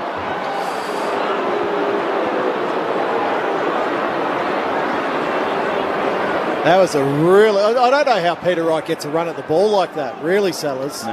Now, his direct opponent should have his arm across. Oh. So is he behind the padding when he's fully got it? Oh, probably not. I think he is. No, I think he's in the field of play. Well, is he? It's not it's touch and go. I think it's going to depend on what the goal umpire's called here. So we're seeing a camera angle from the left post, which is trying to zoom in past the right post and work out whether Wright has it fully before it's past the padding. Did he mark it on the line or did he mark it? The mark is paid on the big screen. Yeah. And Peter Wright with a chance to kick his second if he could just work through the angle here. Tight angle. Starts up against the left, behind post, steps out, steps it through. Wasn't all that pretty, but was successful. And the Bombers have come from nowhere in this second quarter. 5 goals to 1 to take the lead by 4 points. 7-2-44 to the Swans, 6-4-40. All of a sudden, we've got a game. He's playing a pelt and roll, right? He's taken marks in the half-back line. He's been all over the place. He's taken a couple of marks around the ground. Now he's got a couple of goals and a point as well. I mean, they're setting a target for him, and that's what you need to do. You need to have a focal point, bang, and so everyone can get underneath. But that was a ripping mark. He had a crack right on the line. Terrific. And the play of the Bombers this quarter has been what we expect from them. And I think they expect it from themselves as well. Done a very good job. We'll take the game on a little bit more. Yeah. You look at possession in this quarter, 64-39 in Essendon's favour. So only 39 possessions to the Swans in this quarter, and we're nearly at the 22-minute mark. You can do whatever you want to do. Bombers in front for the first time. A 4-point lead for Essendon. Time on second term. Draper knock on Surge on top stuff. Keeps it in front of him and then soccers it inside 50 to Caldwell, who marks it centre half forward. Doesn't have to be pretty. He's creating a bit of a habit of that, Sam Draper, at the moment, with the way he follows up. Now, I think any ruckman can get inspiration from Nick Naitanui, the way he's done that over his career. But Draper's now starting to add that to his game in the centre bounce. It's a hell of a centre clearance. Can it result in a goal? Caldwell to try and finish the work. It won't be on this kick. Right to the behind line, stays alive. Free kick. Umpire Rosebery has called a free, and it's going to Hickey. The Sydney big man in front of the behind post. Last line of defence for the Swans. Essendon by 4. As Hickey goes long to half back. Again, more intervention. It's a non-controlling umpire again. There's a free kick. Arm's being chopped. Sam Reid to get it at half back. Works it over the top to Hayward, who marks backpedaling. Has it in the sunshine of the southern wing of the MCG. Turns and comes back inboard. And Rampy has it. Not a lot for Justin McInerney, who's back in the side. I think he's only touched the footy once or twice, normally on that wing. As Rampy kicks up to Franklin. Good mark. Laverty chops the arms as he takes the mark. At full stretch under the Shane Warne stand on the southern wing. Quickly fit the hand pass forward. I'm not sure in which McInerney expected it was coming to him. Here's a chance for the Swans. Logan McDonald leads up. He marks it right half forward from the kick from O'Riordan, and now he looks inside 50. What are the options? Long kick towards the goal mouth where Reid is waiting. He wrestles. Nick Martin got hands to it. Campbell on the goal line. Can't get boot to ball. And it goes through for a minor score. Essendon by 3 points. Swans with the last... Swans kicked the first 2 goals, 5 of the first 6. Essendon have kicked the last 5 in the game. The Bombers short into Heppel, and then Heppel short to D'Ambrosio. Marks at half back. One of 2 teenagers out there for the Bombers. Heads down the southern wing. Durham works his way to the front, takes the mark, and immediately moves it on. So out of Sydney's playbook, the hand pass to Hind, kicks into the middle of the ground for Caldwell. Hand pass to Redmond, trying to fend off Patley. Did he get him push. high? Yeah, hit him in the face. He did, a high fend off. Free kick for Sydney. It's pretty easy to hit him in the face. He's that short. He drew the free in the middle of the ground, and the Swans a chance to go back the other way. Haywood standing by himself, marks right on the 50. Pokes a pass inside onto the chest of Logan McDonald. He's got it now. A young developing key forward for the Swans. A quiet afternoon so far. Logan McDonald can shoot from 40 out. See, Buddy's gone back to the square and he's pushed Logan McDonald up to get a bit more of a touch. I mean, when you got Buddy at half forward, you're always going to go to him instead of Logan McDonald. So he's had a bit of a rough run in the first quarter. Yeah, but in saying that, Sellers, McDonald's got to present. I understand that. On that occasion, he presents really hard at the kicker, and you demand the ball then. I agree. He's gone goalless in 3 of his last 4, and the only game in that patch where he didn't, he was spectacular against Melbourne. The blue chip prospect from the Swans, Logan McDonald, just misses. Caught a bit of the post on the way through. And behind, and Essendon's lead cut to 2. Lauren Borden on the boundary. Isaac Heaney had both doctors just giving him a little bit of treatment on the left knee. He's getting set to be part of the next rotation, but one to watch. Redmond brings the Bombers back into play towards Peter Wright. Thought he got a shove. Doesn't matter. Langford runs the members wing. Takes a bounce. Cuts past Blakey. Hand pass to Shield. Charging Pye. Kicks towards half forward. And Harry Jones is outnumbered, and Hickey takes the mark.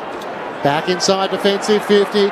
Awkward ball for Fox. He gathers a loose footy. Then kicks to right half back. McInerney was able to take it despite the late challenge. Works it up to Goulden, who takes the mark at left half back as Hine tangles into him. Haven't had the ball in their hands too much, Sydney, have they? They only had 53 possessions in this quarter, Sellers. I know. Here's Goulden. Heads down the southern boundary line to McInerney. They're getting flogged, 75. 75 to 54. This last week, Justin McInerney in the health and safety protocols goes to Franklin. He's going to be paid the mark. He's been made to earn everything, Buddy Franklin, with Laverty just draped all over him. He kicks down to half forward, and Warner takes the mark. Still between wing and half forward. Warner pokes his kick to the 50. Parker, the juggled effort, he's going to get it. He marks in front of Dylan Shield. And the cheers from the Essendon fans. How's that for a matchup? The champion Sydney midfielder in his 250th game has it 52 metres out. Lays it off into the pocket. Sam Reid. Superb contested mark in front of the behind post. His opponent lost him. Yeah, well, you look at Ridley standing in there. Redmond standing in the goal square. Yeah. Even Draper is a taller player. That ball went to Sam Reid virtually uncontested. Clever kick, though. A very, very clever kick by Parker. Terrific kick. And great teamwork by the Sydney forwards inside the goal square. 3 at the G on his last visit. He bends it through from the forward pocket. Outside of the right boot, the banana finish. And it snaps a run of 5 consecutive Essendon goals. Swans back in front by 4. Sydney 7-6. Essendon 7-2. 27 and a half minutes played second term. Reid with his second. Yeah, and it is a clever kick. Luke Parker obviously knew he didn't have the distance there right on 50 metres, but you could just see his hand signals. He's just pointing. He's just pointing to where he wants his forwards to go to. And as I said, Sam Reid was able to get free there by just really working inside the goal square with his other key forwards with a couple of little blocks, but there was no Essendon key defender that went with Reid. There's a bit of a death stare from Dyson Heppel as well as to who has a man up here. Yeah. So the Swans back in front just ahead of half-time after they got out by 26 points in this second quarter. The Bombers kicked 5 unanswered goals. Shield with a clearance. Hand pass to Nick Martin. Puts it out in front of Merritt. Has to just gather it off his fingertips. Retreats back away from Papley. Looking for Redmond. Got a cruel bounce. Nick Martin works his way back in. Kicks the Bombers towards half forward. Draper's there, up early, couldn't hang on. Blakey right there with him. A chance still for the Sydney Swans as Lloyd works it to Blakely through the hands of Stevens. Kicks up to Papley at left half back. Can come inboard. Fox links up with Lloyd. Looking across the ground for an option. There's not really one on. So goes straight down the middle for Heaney. He takes the mark at full stretch. Dishes it off to Fox. Fox looks for Franklin. Sprawling effort, doesn't complete the mark. Laverty grabs it, he's dumped, comes out to Parrish. Hand pass to Heppel, hands it away to Snelling, under pressure to Wright. Wright got it back to Parrish. Kicks down the wing, D'Ambrosio takes the mark, keeps moving it on for Essendon to half forward. Kelly the target, crunched by Rampy on the way through. Sydney win possession back. Lloyd, hand pass to McInerney, kicks along the boundary line to Gordon, hangs it inside the southern boundary line, kicks inboard, kicks it straight to D'Ambrosio. Bombers back the other way, down to Kelly at half forward. Hand pass to Jones, kicks inside the forward 50. Tom McCartan, strong mark. He knew Wright was coming behind him and takes the intercept mark anyway. Just a bit more height that kick needed. Just to get over the top. Short to Lloyd in the right back pocket. Sydney might be pretty happy to milk the clock here. And now to Rampy. The ever reliable defensive duo. Rampy waits for the umpire to call play on and then sends it long down the southern wing. Over the head of Franklin, Reed the target. Ridley did enough to be paid the mark, and he'll take it on the outer wing. Just not enough time for one more roll of the dice for the Bombers as the siren sounds for half-time, just as he kicks inside 50. Pretty promising quarter for the Dons, though, kicking 5 straight to Sydney's 2-4. And despite that scoring spree during the second term, it's the Swans who have their noses in front at half-time by 4 points. 7-6, 48 the Sydney Swans to Essendon 7-2, 44 after the Swans led by 18 points at quarter time. Goal kickers for Sydney, a couple to Franklin, individuals to Warner, Heaney, Papley and Reed. Meanwhile, for the Bombers, 2 to Wright, individuals to Merritt, Hobbs, Heppel, Durham and Jones. Swans haven't lost this year when leading at half-time. They're a perfect 6 and zip so far. They're up by 4 here. The lead swinging on the last 2 goals in the game. I think Reed's got a couple. I denied him in one there. 2 to Reed, 2 to Franklin, and then singles, Warner, Heaney, and Papley. Swans in a bit of a jog, about to make their way off. Essendon's Matty sub and his jumper comes out to join them. The 2-metre ruckman in Andrew Phillips. There's an unusual choice. The sub for Sydney is Ryan Clark. Neither of them have been required so far. The thoughts of our analysts at half-time, Adam Ramanauskas and Mark McClure, with the Swans up by 4. Well, it looked really problematic, I think, for Essendon in that second quarter. Sydney kicked the first goal and they go out to a 24-point lead early in that second quarter. But then I think the switch flicked for Essendon when they realised, I think, around their ball movement and what they were doing. Now, their first goal in the second quarter came from slow ball movement. But then the remaining 4 was more quick ball movement, getting the ball inside forward 50, taking risks, and it made Sydney look pedestrian. They did. And that's what we've been speaking about with the Swans a lot this year, is that when you start to get hold of them, they can be made to look like an ordinary team. But you look then in the first quarter with Sydney, it's 5 goals to 2 because of their ball movement. So this game's very much about ball movement. I don't think it's a pressure game. Like, yep, the tackle count's okay. I think that quarter, Sydney 13 tackles to 9. It's a chip and run game. It is. It's very much about giving the handball, overlapping, trying to catch your defences napping. And find someone on their own. Yeah. And that's all it is at this stage. It hasn't actually clicked up to, let's have a contest. Yep. Look, clearances were good for Essendon in that quarter, 9-4. So that was in their favour. But you talk about, you go 9-4, so there's 13 stoppages in that quarter, and we've got 7 goals. So around the ground, there just simply isn't the contest that are happening. The stop plays just aren't happening. So it's kick a goal, go back to the centre, and let's see who wins the ball out of the centre square. I think we thought it was going to be coming in, given the spice in the last match. It's going to be a really contested, physical game, but it just hasn't been that. No, so it's contested for the quarter was 27-26, and that's nothing when you low. think about it. It's very low. There's no contest at all. No, so very much this game right at the moment is all about who's prepared to move the ball quick, who's prepared to take the risk. And I think in that first quarter, Sydney took the risk through the middle of the ground. Then, really in that second quarter, Sydney were denied the ball. They were. At the 22-minute mark, they only had 40 possessions for the quarter. That's extremely low. In the end, they've gone with 74 possessions in that quarter, and they get a late goal from Sam Reid. But before that, Essendon was simply all over him. They're moving the ball inside their forward 50, getting reward on the scoreboard. It's probably almost their best form of defence is to hang on to the footy and no doubt. deny the opposition having it. No That's exactly what they did, and they actually denied him with the ball. I tell you what they did. They took Blakey out of the game. Had one possession for the quarter, no run, hardly anywhere. He got his run, free running, which he actually sliced him in the first quarter with, and destroyed their defence. Really, when you think about that, I mean, I really like the 5 goals to 2. I mean, that's a comeback. I mean, that's when you see the character of the group come in. And it was mostly done by the young fellas, which I loved more so.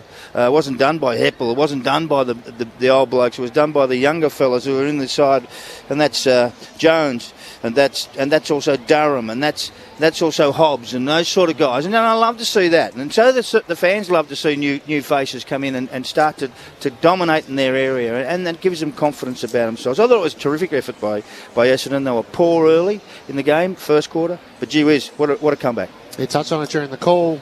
Rama had as a guy, Massimo D'Ambrosio, come from VFL footy and all of a sudden look an absolute star in AFL level. Oh, and I think that should give heart to any kid that hasn't quite made it yet. You know, there are other avenues to get into the AFL, and he's won. He's had 15 possessions in that first half. I think he had 11 in the first quarter, so he was absolutely terrific. And what's been noticeable again is his kicking. He's had 8 kicks and got an 88% kicking efficiency. So just, really happy for the young man because it just gives hope. Gives hope to anybody that wants to continue to persist. You made the comparison, Ram, earlier about the blueprint that Sydney have and the way that Essendon should look at that. If you look at their age profile today, so per player, Sydney are 1 year older and 30 games more experience, which kind of gives you an idea as, hey, they play similar ways, and maybe this is what Essendon sort of could be in 12 months' time. I guess, can you just expand on that for us? I think, and the 1 year older, they've got a 36-year-old Lance Franklin. Take him out. So you take him out, and they're going to be very close in age and games because Franklin's played 300 games. I think the most for Essendon might be Dyson Heppel today with just a touch over 200 games. So, you got Luke Parker at 250 games. But why I say that, Sydney transitioned. They didn't rebuild. Yep. They transitioned. They kept the players of experience that they wanted, and then went to the draft really hard over a number of years and filled the positions that they needed really quickly. So, it's been really impressive by the Swans the way they've been able to change that list around in a blink of an eye, really. Yeah. I guess the mystery for me, and obviously I watch Essendon pretty closely, Rama, like you do, but they were the number 1 tackling team of the competition through the first 8 rounds last year, and we thought this is what it's going to be for Essendon going forward. They're going to be blue collar, roll the sleeves up, and they just haven't been it since. They're the worst pressure team in the comp. They're number 18 for tackle count. Yeah. Is it going to be more the modern Sydney profile and that sort of old tackle, sort of blue-collar, hard-edge style is never to return to this Essendon, iteration of Essendon? I think you need to have an element of that blue-collar in your team. But it's not the fabric of their game. It's not. Well, when I was playing, like Joe Mercedes was one of those guys that was blue-collar. He was always around a contest and the like. But you look now the way the game's played. The game's played at speed. It's played at spread. And this is what these two teams are. They're a team that doesn't want to stay at the contest for a long time. They want the ball on the outside as quickly as possible so it can move. There's only 4 players over 150 games with Essendon, and only one with 200, and that's Heppel. He's got 205. Now I mentioned Joe Mercedes there, but Joe Mercedes couldn't get away from the contest either because his large shorts wouldn't allow him to. Afternoon, Joe. The lead has swung on the last 2 goals in the game, so a couple of lead changes in that second quarter. It's Sydney by just 4 at half-time. Second half action around the corner, but for now, let's get the latest from the ABC Newsroom.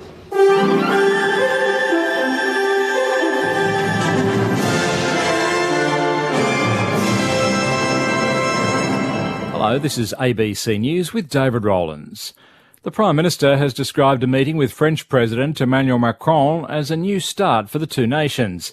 Andrew Probyn reports from Paris. It's precisely 8 months since Emmanuel Macron accused former Prime Minister Scott Morrison of lying to him over a cancelled submarine contract. But there were few signs of strained relations in Paris, with both Mr Macron and Anthony Albanese clearly intent on a diplomatic reset. President Macron said the alliance with Australia, forged in 2 world wars, was now as important as ever. The French president also praised Australia's new position on climate change, saying it allowed closer cooperation. Andrew Probyn, ABC News, Paris. The Queensland and federal governments will provide an additional $170 million for building public infrastructure that's been damaged by weather disasters. Projects within local government areas impacted by heavy rainfall and flooding will be eligible. Deputy Premier Stephen Miles says there's a proven track record for this type of funding program.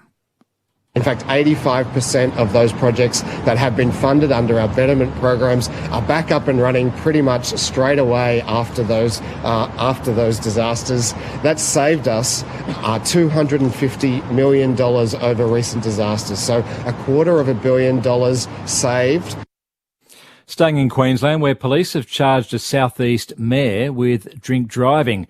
Audrey Corty has the story. Last week, Redlands City Council Mayor Karen Williams apologised for drinking several glasses of wine before crashing her car. Shortly before the crash, she had been in a video meeting with families of drink driving victims. The 55-year-old has now been charged with a drink driving offence. She's been issued a notice to appear and is due in the Cleveland Magistrates Court on the 1st of August. Police allege her blood alcohol concentration was 0.177, more than 3 times the legal limit. Several politicians and advocates have called for Ms. Williams to resign as mayor. People have gathered on Hobart's Parliament lawns to express their anger over the United States Supreme Court's decision to overturn Roe v. Wade. Alexandra Humphreys has more. Many are waving signs and chants have rung out calling for women to be placed in charge of their fate. Tasmania is no stranger to abortion protests, and speakers have pointed out that rights here have been hard won. The state's last abortion clinic closed almost 5 years ago, but surgical terminations are available in state-run hospitals. In 2018, the government announced a low-cost provider would begin operating a clinic here, but it never eventuated. Speakers have called for the crowd to keep the momentum going and to keep pushing for change. There have been another 2,642 cases of COVID-19 reported in South Australia today. However, no new deaths have been reported. 231 people are in hospital, with 8 patients having intensive care. Russian forces have continued their assault on Lysychansk, the only city in the Luhansk region that is still under Ukrainian control. Ukraine's military says its forces have repulsed attempts to conduct reconnaissance near a gelatin factory, while there's also been fighting over an oil refinery. The US state of New York has passed a new law banning guns from many public places, including Times Square, and requiring gun licence applicants to prove their shooting proficiency. The law follows a landmark US Supreme Court ruling last week that struck down New York's restrictive gun licence laws.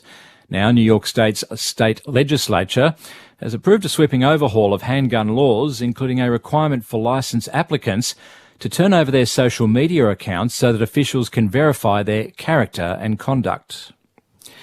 Scientists in the United States have produced a new catalogue of all 6,000 minerals on Earth. It describes them not just by their chemistry, but by when and how they originated. The researchers say their work will help reconstruct the history of life on Earth and could also help predict possible characteristics of future existence. One of the scientists behind the catalogue, Dr. Robert Hazen, explained that individual minerals could be formed in various ways. There are different kinds of calcite, because the calcite deposited by a shell is very different from the calcite that forms on the ocean floor, or calcite formed deep within the earth as a process of metamorphism at high pressure and high temperature. And the model and actor Jerry Hall has officially filed for divorce in the US from billionaire husband Rupert Murdoch after 6 years of marriage. Nominations for your Australian of the Year are now open. It's time to reflect on your community and who you admire. It's time to show your respect by nominating and acknowledging them. And it's time to celebrate their story, their contribution, and their generosity. I'm Hamish McDonald, and I'd love you to nominate an inspirational Australian who you think is worthy at australianoftheyear.org.au. The 2022 AFL Premiership season. Grandstand AFL. On ABC Radio and ABC Sport Digital. There's a chance of Sydney through Stevens, trying to dodge and weave. Turns onto his right, kicks up to the wing. Heaney takes the mark. Out past to Chad Warner. Looks inside 50. Franklin's on, back with the flight, takes the mark. He wastes no time, turns, snaps on his left, a bit casual, but still successful. And Franklin has his second. Kelly's got it again in the chain. He'll swing his kick out to Hind, who takes the mark again, 55 out. Swans with a heap of numbers in their defensive 50. Hind looks into the pocket, pulls the trigger, finds Jones. So Jones from the pocket to find the ultimate way home. He too can bend it through from the left forward pocket. Kyle Langford back in the Essendon side. Flies on goal, it drifts left and just across the face. Mark, great. But Peter Wright's got it. Starts up against the left, behind post, steps out, snaps it through. Wasn't all that pretty, but was successful. This is the 2022 AFL Premiership season. On ABC Radio and ABC Sport Digital. Entertaining second quarter, just as it looked like the Swans were about to break the game open. They led by 26 points, 9 minutes into the second term. The Bombers rattled off the next 5 goals of the game. The lead has swung on the last 2 goals. And at half-time, it's Sydney who led it by 4 points over the Bombers. Saturday afternoon footy, ABC Radio, ABC News Radio and Sport Digital. This is Grandstand AFL, Corbin Middlemass and Matt Clinch. Calling the footy, we've got Lauren Borden on the boundary and our Grandstand AFL experts, Mark McClure and Adam Ramanaskis. There is only one game on at the moment. Still to come later today, Adelaide and Melbourne. That's the standalone game in the twilight, and then the doubleheader tonight, Geelong and North Melbourne at Kardinia Park. And arguably the pick of the weekend, up on the glitter strip on the Gold Coast, the Suns and the Pies. There's the glitter strip. Gold Coast. You've been to Carrara? I have. It's not the glitter strip. There's not as much glitter sprinkled on Carrara, but in the surrounding parts, there's a bit going on. It's actually a nice ground. Sport that's happening in the world at the moment. So we've got Australians in world title fights in both the boxing tonight, the UFC tomorrow. The Tour de France is underway.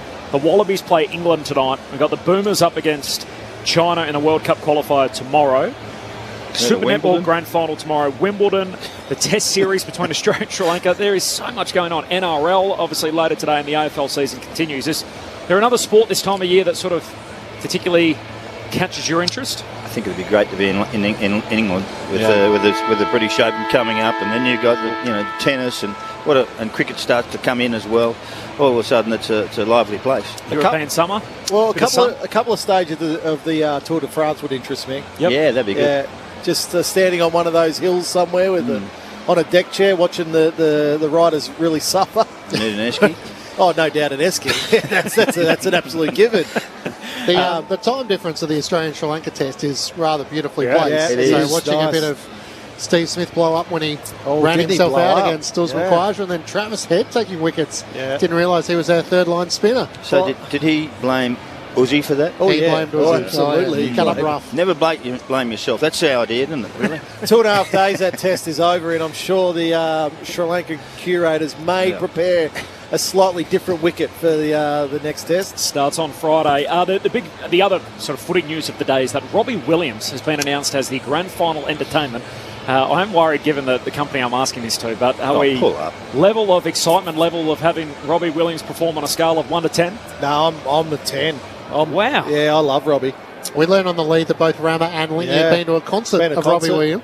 Dockland Stadium many years ago, Robbie Williams played there. Wow. I must have been downstairs doing Mr. Bojangle, you heard of it? No. You haven't even heard of it. You don't even. So it's one of his great songs. Where's your excitement level for Robbie Williams? What's going on? Oh no. Yeah. Oh no. He's going to be an under 5. Yeah, I'm probably right on 5. Yeah, 5. Okay, cool. Well, who would you like? Probably a bunch of artists you probably haven't heard of. Come on, let's go. Give us a American run. rappers. Yeah, probably some hip-hop artists. Be like just come out of jail with tattoos all over. Snoop Dogg here. That'd be good. Like the Super Bowl, though, it took that long for sort of a hip-hop artist to ever perform at the Super Bowl, which probably speaks It's an idea about that. That's probably right. But I think it's it's this sort of older mentality that nobody likes hip-hop music, or it's sort of a fringe sort of following, whereas kids that were listening to hip-hop music are now in their 30s and 40s. Like, everyone's grown up with that style of music, and yet I think for corporate events like this, it's almost, oh no, we can't have that. Do you know what the most popular music is in the United States of America? It'd be some old school artist. Country and Western. Country and Western, yeah. In terms of farewelling, though, I mean, Gill has smashed it out of the park, really. If you could think of a global international artist, I mean, what, Bruce Springfield? If he can also facilitate Billy Joel as a surprise act, he's knocked it out of the park. I think the left of centre, if Kylie all of a sudden could perform with Robbie, that would. He's got a great personality, this kid. I don't think anyone's going to forget Meatloaf. Well, how could you? It's a disaster. The other thing Gill floated during the week, I don't know if you caught this grab at the AFLW draft the other night. Essentially, he said, look, we're open to changing the start time of Friday night footy to 7 or 7:20 as opposed to 7:50. We'll listen to the fans. Which sort of made me think, has he not been listening for the last 7 or 8 years since he's been in the job? People have been screaming out for the footy to move earlier. So I sort of thought, is that him essentially saying, look, it's the new person's job to take on board and change Friday night footy? Or has he already got some sort of assurance from the host broadcaster that it is moving? And maybe it's a forecast of what's to come that Friday night footy is moving I don't think he gets a choice with the broadcaster. That's his problem. Yeah, if you want the cash, you take the cash or you get the spot. That's it. I spoke about this, I think, last week. Better Homes and Gardens is one of the most popular shows on Channel 7. But it makes me think he wouldn't have said it and indicated that it would be shifting earlier unless maybe he has got assurances from 7 that things are changing on that front. Some news out of the Brisbane Lions. A media release just coming through. Scans today have confirmed a minor hamstring strain for Dane Zorko and Daniel Rich. So both leaving the field on Thursday night in the first half. Only expected to miss next Sunday's clash with Essendon. So good news on that front. Just a one-week hammy for both Zorko and Rich. Second half action upon us here on Grandstand AFL. Swans by 4. You're with Matt Clinch. Draper wins down the opening tap, looking for Stringer. Papley gets in the middle, tries to knock it onto Robot, and Papley emerges with it. That's high. And was taken high. Yep. Now get the free kick. That was an easy one, I think, Clichy. I think so, yep. Be interesting to see what sort of spirit this second half has played in, given both sides are pretty keen to control the footy. Parker sends it wide. Mark taken out on the outer wing. As the Swans look at options. Nothing really presents, so Stevens decides to just send it towards 50. Heaney, the marking target, got underneath it. Was he taken out illegally? Umpire says he was. In fact, it might be Reid who gets the free kick, who was in that pack as well. He's right on 50, Sam Reid. This is probably not beyond him, having kicked 2 already. Kicked a big goal against the Demons at the MCG. So at his best, you think he's more than capable. Sam Reid starts his approach. Looks to lean into it and hit it flush. He's dragged it left as he might have got just a little bit too close to the man on the mark and through for a minor score. So a minute gone, third term. Swans by 5. I just watch the Sydney forwards. They stand still and don't move. And when they lead too early, all of a sudden they don't get out of the way and give someone else a chance. That's one of the problems they've got. The Swans to the city end in the third term. Ridley exits defensive 50 for the Bombers. Fox hand pass to Rowbottom, who's tackled straight away. Just looking at the SMSs, there's a big push for Mark McClure to sing Imagine at the grand final. Well, I'm not coming for $1 million, I can tell you. Up it goes, attacking edge of the centre square for the Swans. Draper wins it down. Merritt got it to Martin. His hand pass back into traffic. McInerney to Mills, bounced off a couple, caught the second time, and he's gone. Well, that free kick, Essendon. We did win. I earned $150 for that record. Even that seems too much. Merritt kicks inside 50. Flying was Jones. Couldn't take the mark. Langford retreats back outside 50. Heppel kicks inside the arc. Almost Nick Martin through his hands. Couldn't hang on to it. A chance for the Swans to clear. As Florence switches play down low for Goulden. Couldn't pull on the mark. Got a good support from McInerney. Kicks kick to Mills under pressure. Just that was incredibly well that done. was clever. Yeah. Could have easily just conceded and went out of bounds and then had a throw in inside Essendon's forward 50, but just good enough Goulden to get it on the boot, find Callum Mills, take the danger away. I wonder if he's higher in Corby's love group than Zach Butters. You do hold a special place for Zach Butters, but Errol Goulden is a special player. He's on the rise. He's in my Fab 5. Kicks to Hickey. 5. Got it to Fox. 1-2 with Parker. Parker squeezed the kick towards 50. Heaney can't get on the end of it, but he does become the tackler. Great tackle. Strips Kelly of it. Rowbottom squares it up. And there's options aplenty as Hayward takes them up. Directly in front. Thought about giving it off. He's going to go back and now have the shot. That was a great tackle. Who's the other four? I was about to say, I don't know who else is in there yet, but it sounded good in the moment. So. Well, did it? Yeah. So we'll come with some. 5. Come on, have a look through. Well, Zach Butters is definitely in your top 5. Yeah, I think Nat Fyfe's in there. Yeah. Zach Butters. Nat Fyfe? I feel like Sort of top 5 watchable players. He's got a couple. Here's Will Hayward from just inside 50. Comes in and drags it left. So a couple of shots early in this third term where Sydney haven't been able to capitalise. A bit similar in the second quarter. It's the Swans by 6 points. Redman hits up. Is he in your top 5? Mason Redman or Zach Merritt? Either or. As Merritt kicks out wide for Kelly, who marks against the boundary line. Hand pass to Hind. Kicks Essendon up into the front half. Thumped away by Randy, but there's a free kick. An illegal shepherd against Tom McCann, and a free kick going Peter Wright's way. So the Dons to go inside 50, Swans by 6 points. He kicks in the Draper direction, up strong in front is McCartan. Mark not paid. Pack forms underneath the pair, spills down to Langford. Hand pass to centre half forward for Heppel. He links up with Parrish. Kicks inside 50, and there's Guelphy at the drop. Takes the chest mark in the forward pocket, and he'll kick from about 20 metres out. But they got lucky there, Essendon, because Parrish really just slammed that on the boot, hoping, and it landed in between basically 3 Sydney defenders. Guelphy was just quicker to get to the drop of the ball, but it was really just a case of luck there for the Bombers. Deep breath from Matt Guelphy at the top of the mark. He's kicked 2 in each of his last 2 starts. Guelphy moves in, his set shot misses. Out to the left. We've seen a few set shots of both teams, same area of the ground, and most of them have missed to the left. A couple from Papley, and Guelphy misses here as well, same end of the ground at the punt road end. Swans by 5, 7-8 to 7-3. 5 played third term. Jack Lloyd looks at options to bring the Sydney Swans back into play. Besides the best is to run out of defence and kick up to Goulden. He marks at right half back. Wants to come inboard on the 45, spots up Mills. And McInerney charging past him. Callum Mills takes the mark, now works it up towards Parker, trying to get rid of Parrish, now slaps it back cleverly to Rowbottom. It works, he kicks off the awkward part of the footy. It's a Papley who marks on his chest. Just inside the boundary, hard out to the right. Heaney leads to the pocket, he ignores that, goes longer and deeper towards Reid, big punch. As Ridley sees it out of play, the boundary throwing up against the right behind post. It's the Swans by 5 points.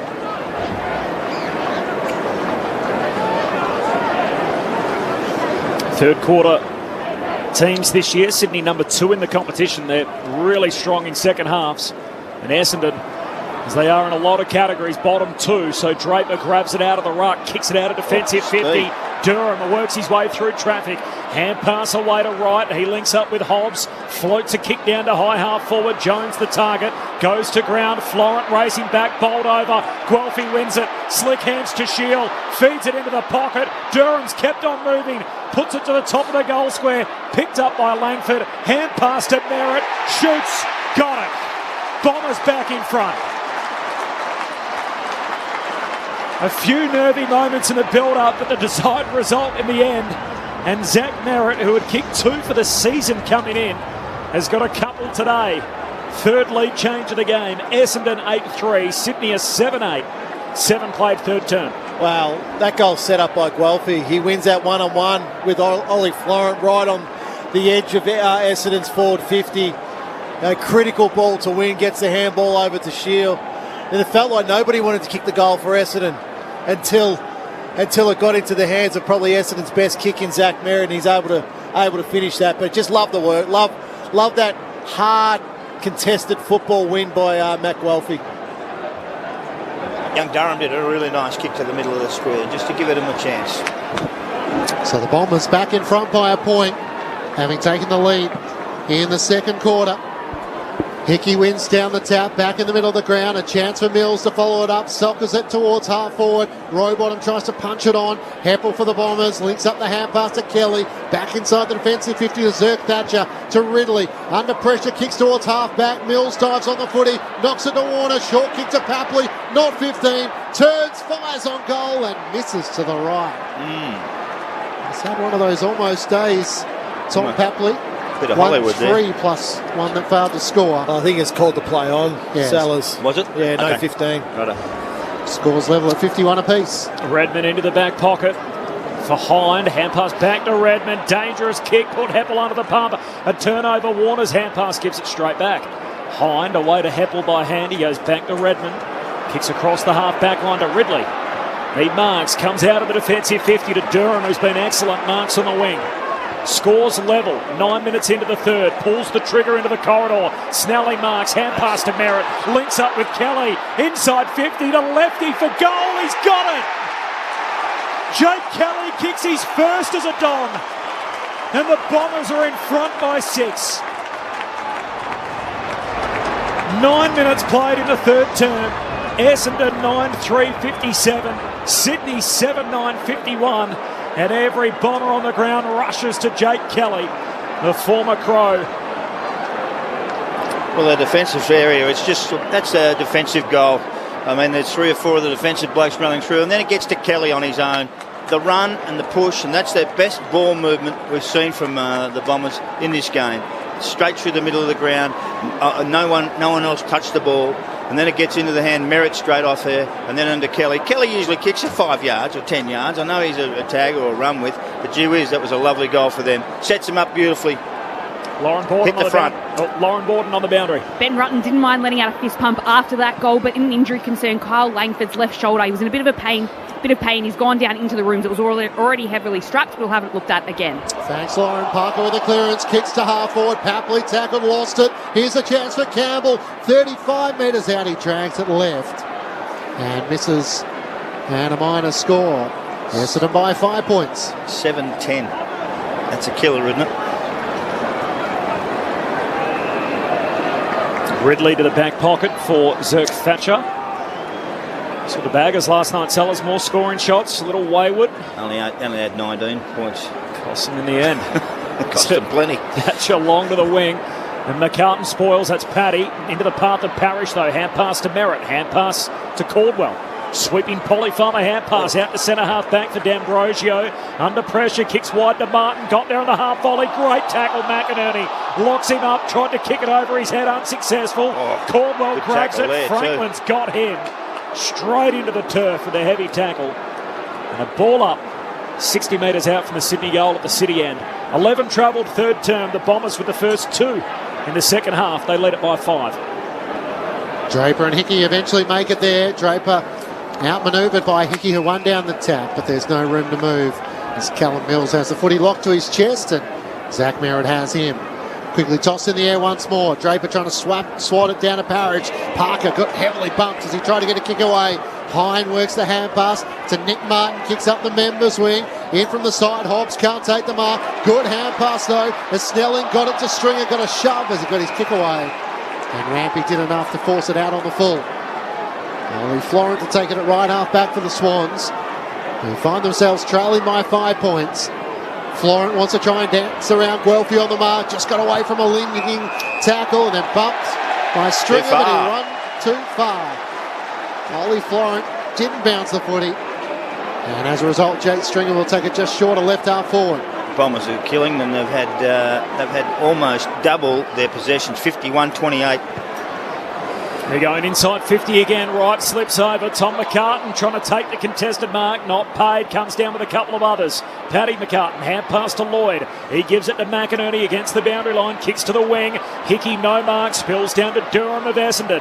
Hand pass to Laverty. Hands it to Stringer. Ugly kick along the ground into centre square. Patley intercepts. Races up over halfway. Sweeps a hand pass for Sydney to Franklin. He's all alone. 55 out. Takes on Laverty. Hand pass back to Patley.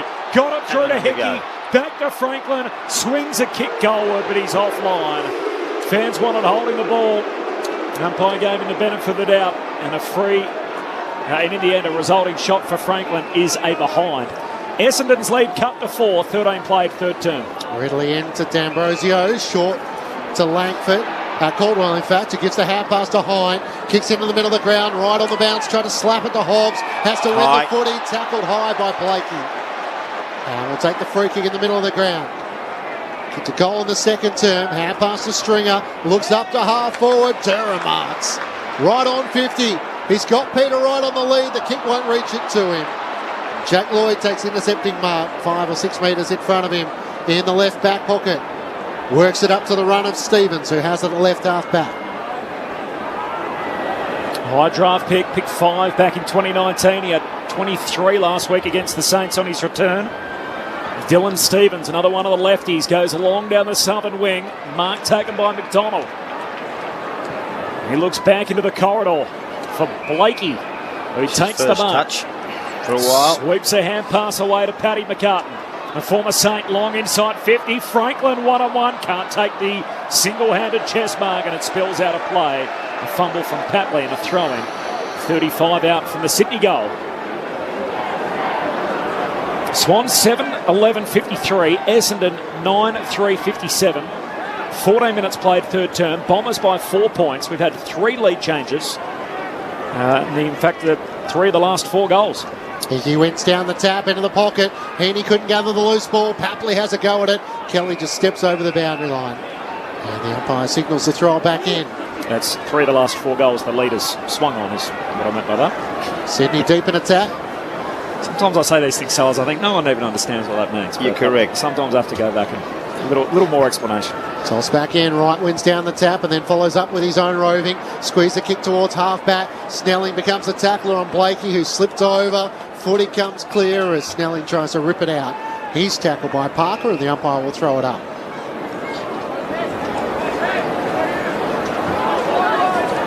John Longmire watches on. This is the second row on the bench. Straight the soccer background comes out again, just soccers it out of the ruck. Blakey, hand pass. Away to McInerney, but he was dumped, Blakey, after getting the handball off by Guelphy. A free kick coming back to Nick Blakey. I mentioned earlier, Sellers excellent in the first quarter. It was quiet thereafter. Just the one touch, did you say, in that second term? He had one touch in this quarter. He only had a couple in the second. They've really stopped him. 7 votes from the coaches last week in the win against St Kilda. Second most. He just goes along to the top of the goal square. McDonald flies, it clears him. Hayward just taps it down into a dangerous spot in the pocket. Warner can't pick it up. Inadvertently soccers it out of play and a throw in forward pocket for Sydney. Lauren Borden on the boundary. In good news for the Bombers, Langford has come up from the rooms. He looks all right. He's got both shoulders strapped now and he looks set to go on. Is in a little bit of pain but should be right to go back on the field. Thanks, Lauren. Spun back into play. Draper sets himself in front of Hickey. Hickey tries to slap it to Heaney's advantage. He's got 3 Bombers to try and compete against. Footy stuck underneath Hobbs. Warner just pinches it, snaps on goal but misses. To the left-hand near side, a minor score. Yes, it'll lead him by 3 points. 16 minutes gone, third term.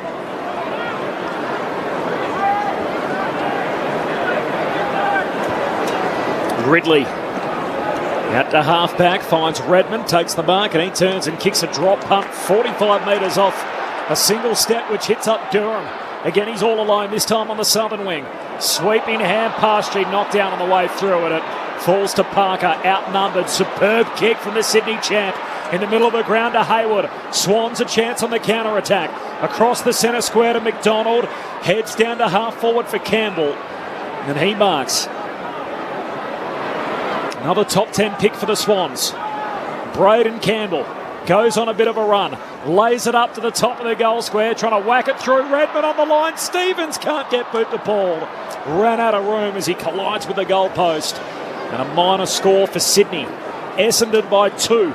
17 played in the third. Last 4 behind to the match, Sydney's way.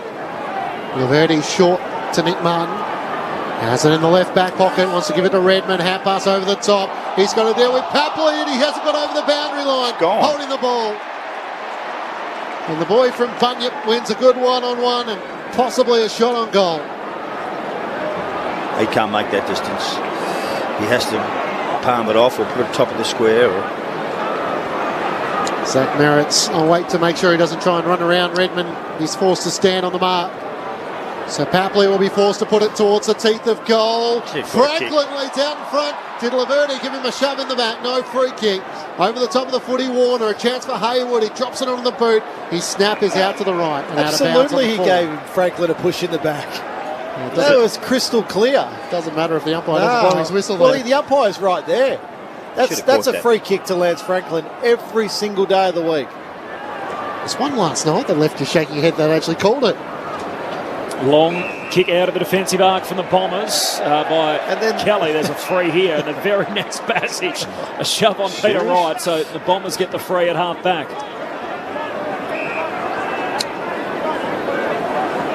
And Wright's just going to retreat. The drop punt back into defensive 50 for Redmond. Switches on from one back flank to the other. Zerk Thatcher takes the mark at half back. And the Adam Ramanauskas long sleeves today as he kicks down to the southern wing. Wanted Heppel trying to crawl in and take it. He'll get a free anyway as Campbell fell into his back. Why would you want to be cold if you're outside? Correct. Heppel down to half forward. Tom McCartan works his way to the front, takes the mark for Sydney. It's a bit end-to-end stuff at the moment. The scoring's dried up. The hand pass away to McInerney. Fox, in fact. He kicks to Reid. Reid looks inside the forward 50. Here he is again. Zerk Thatcher with the sleeves marks at centre-half back. Feeds a hand pass out of defensive 50. Laverty, D'Ambrosio, great kick up the wing. Durham dropped the mark in the end. Now has to try and regather it as Gordon's taken high. He's a player, that D'Ambrosio, isn't he? Yeah, Massimo D'Ambrosio. Remember the name, number 42. He's pretty good. Picked up in the mid-season draft from the Western Jets via the Richmond VFL system. Gordon with the free kick on the members' wing. High kick towards Heaney in from the side. Draper's there, well set. I think that's the part of Draper's game that he needs to add, where he can get into defence, float across and take those marks. He'd be a massive assistance to his defensive unit. That's a terrible kick. Essendon by 2. Draper turns it over. A lot of footy between the arcs here. We've gone 11 minutes without a goal. Maybe he should learn to handball. Blakey for Sydney. Short kick to Warner. Superb. Pulled his kick at the last minute and hits up Heaney at centre half forward, 40 metres out. Zach Merritt has got his hands out looking at his teammate, essentially saying, how on earth was that allowed to happen? The dangerous Isaac Heaney hitting up through centre half forward. He's got one already today. This will give him 30 for the year. Isaac Heaney moves in, strikes it from about 45 metres out. It's out to the left. Behind, Sydney are now 7-14. So in this quarter alone, they've kicked 0 goals, 8. 8, yeah. 8 Amazing. behinds for the term. Essendon still lead it by a point. They've kicked the only 2 goals of the third quarter, which is now 21 minutes old. Ridley long out of defence. Tom McCartan almost juggles the mark in front. I think he does just claim it as it hit the deck. Chance to reload. So I've got it since they hit the 26 points up. They've kicked 110 to Essendon 7-1. McInerney short around the boundary line is at 15. Gordon called a play on. Kicks on his left towards the teeth of goal. Zerk Thatcher takes an uncontested mark 10 metres out from his defensive goal. Out to Ridley in the pocket. Can work it over the top and Kelly marks.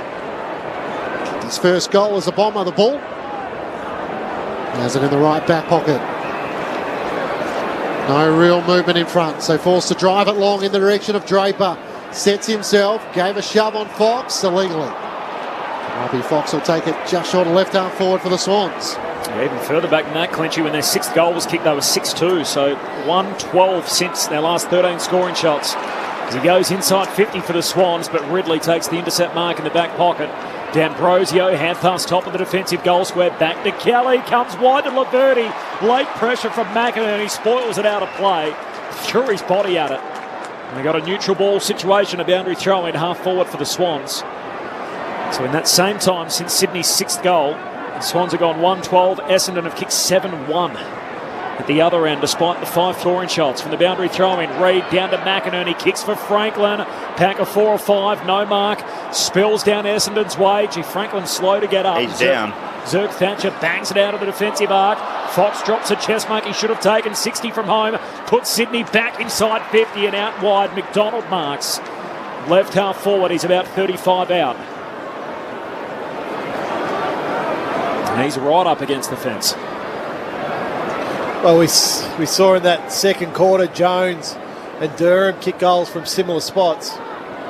Can Logan McDonald do the same?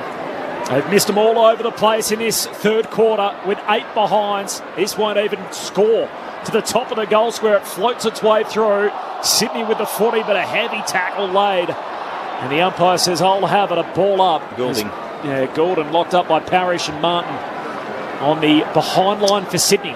Just made us out for the Swans. Reed down to Campbell, centre and kick. Up goes Caldwell, knocked it away from Franklin. Stringer there, didn't take it with him. And now Haywood and Warner become the tacklers.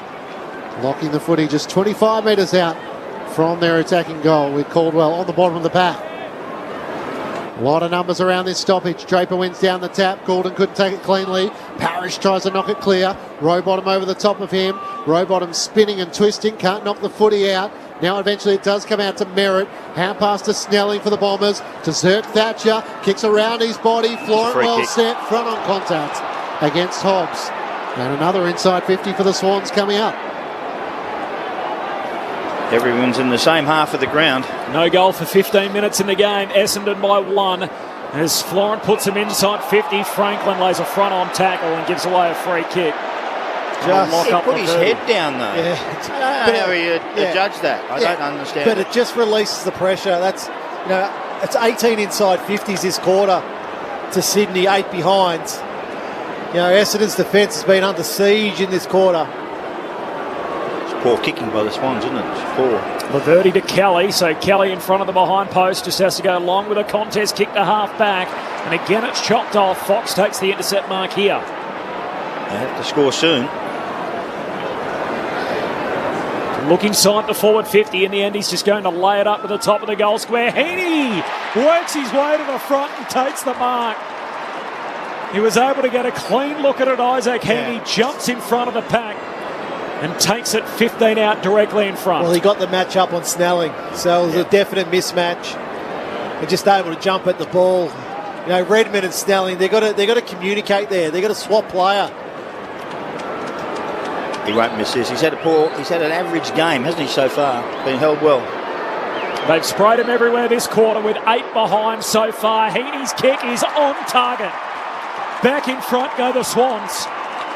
4th lead change of the game, and Sydney lead it by 5 points. 8-14, 62, Essendon 9-3, 57.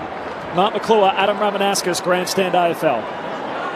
They just keep pumping the ball back in there. They've kicked point after point after point. Eventually you're going to have to score, and you've got the talent of Heaney and Franklin and McDonald and Papley and those sort of guys up there. They're just going to get you. All of a sudden they just can't clear it. Sydney just kept the pressure up and kept pushing it in, and he's a star, this Heaney. He's had an average game, we would call it, for him. His statistics aren't right up where they should be. He's been well checked by the Essendon players, and mostly by Kelly at some stages of the game. And listen, he just jumps out of the box and kicks a goal. Well done. First Sydney goal since the 27-minute mark of the second term.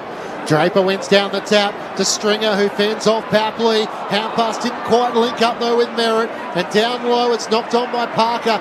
Gets it to Goulding, kicks inside 50, too high for McDonald. Kelly racing back. Haywood almost had it. Now they scrap for it at ground level. Haywood over the top of Kelly, turns to the umpire, and he'll ball it up in the left forward pocket for the Swans. Sydney 8-14, 62 to Essendon 9-3, 57. 27 minutes gone, third term. Draper wins down the tap. Got it to Caldwell. Hand pass, miss Merritt. McDonald. Hand pass to Goulding. Kicks towards the teeth of goal. Didn't get much purchase on it. D'Ambrosio. Back to Nick Martin. Shoved off it. Haywood from the top of the goal square. Snaps truly on the right. Just before the three-quarter time siren. And Will Haywood really was able to capitalise the good intent from the Swans, just to tackle and eventually finish in front of goals. So they finished with 2 goals, 8 in that third quarter to the Bombers 2-1. And the Swans' 2 goals came in the last 2.5 minutes of the quarter. Make sense of that. Couple of goals for Heaney, for Franklin and to Reed. Individuals to Warner, Haywood and Papley. Meanwhile for the Bombers, 2 goals to Merritt and to Wright. Individual goals to Hobbs, Heppel, Durham, Jones and Kelly. The Bombers' backline in that quarter under serious pressure. 19-6 the inside 50 count Sydney's way. And they withstood all that heat for about 19 of the 20 minutes of the quarter. And then at the last minute, the Swans kicking 2 goals just before the three-quarter time siren. So the scoreboard looking a little more like the theme of the game. Sydney by 11, 9-14 over Essendon 9-3. So they lead it by 11 behinds. At three-quarter time on ABC Radio and ABC Sport Digital, you're listening to Grandstand AFL. Winter on ABC iView is chilling. I mean thrilling. I may have found something. You're still playing the same old game of chess. So what game are you playing? With entire seasons to keep you guessing. What about loyalty? What about friendship? What you did. Dishonour's all gone. Mystery drama and Troppo, chilling cat and mouse in Killing Eve, plus Total Control, You Can't Ask That, and so many more. So, when does the show start? Snuggle in and chill with the best this winter. Stream for free on ABC iView. The 2022 AFL Premiership season. Grandstand AFL. On ABC Radio and ABC Sport Digital. Florent racing back, bowled over. Guelphy wins it. Slick hands to Shield. Feeds it into the pocket. Durham's kept on moving. Puts it to the top of the goal square. Picked up by Langford. Hand pass to Merritt. Shoots. Got it. Bombers back in front.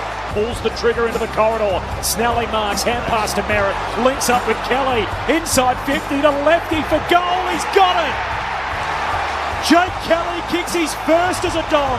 Kelly in front of the behind post, just has to go along with a contest, kick the half back.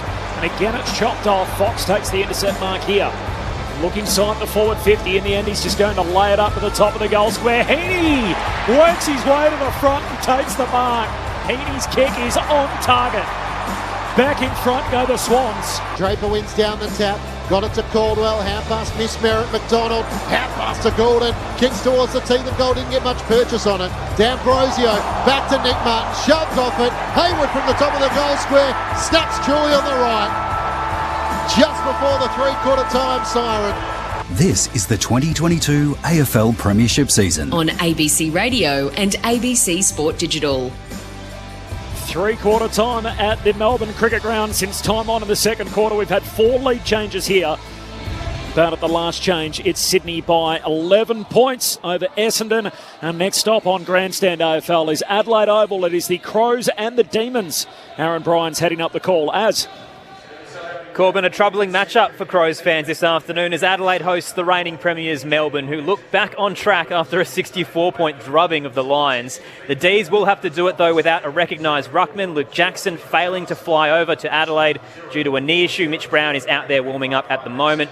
Adelaide opting to leave Matt Crouch out of their 22 once again. Riley Thilthorpe returns from injury, though, for the home side. These sides have traded wins since 2018, but as we saw in round 10 last year, upsets can come out of nowhere at the Adelaide Oval, so hopefully we get a ripping game of footy around the corner. Neil Cross to call alongside me. Scott Camporelli and Stephen Williams will be your experts. Liz Walsh on the boundary as well. Adelaide and Melbourne next, Corby, on Grandstand AFL. Thanks, Aaron. Good calling. So no Jackson, no Gawn for the Demons. Final quarter upon us here. Essendon behind by 11 points, having led for the majority of that third term. What did you make of it, Mark McClure, Adam Ramanauskas?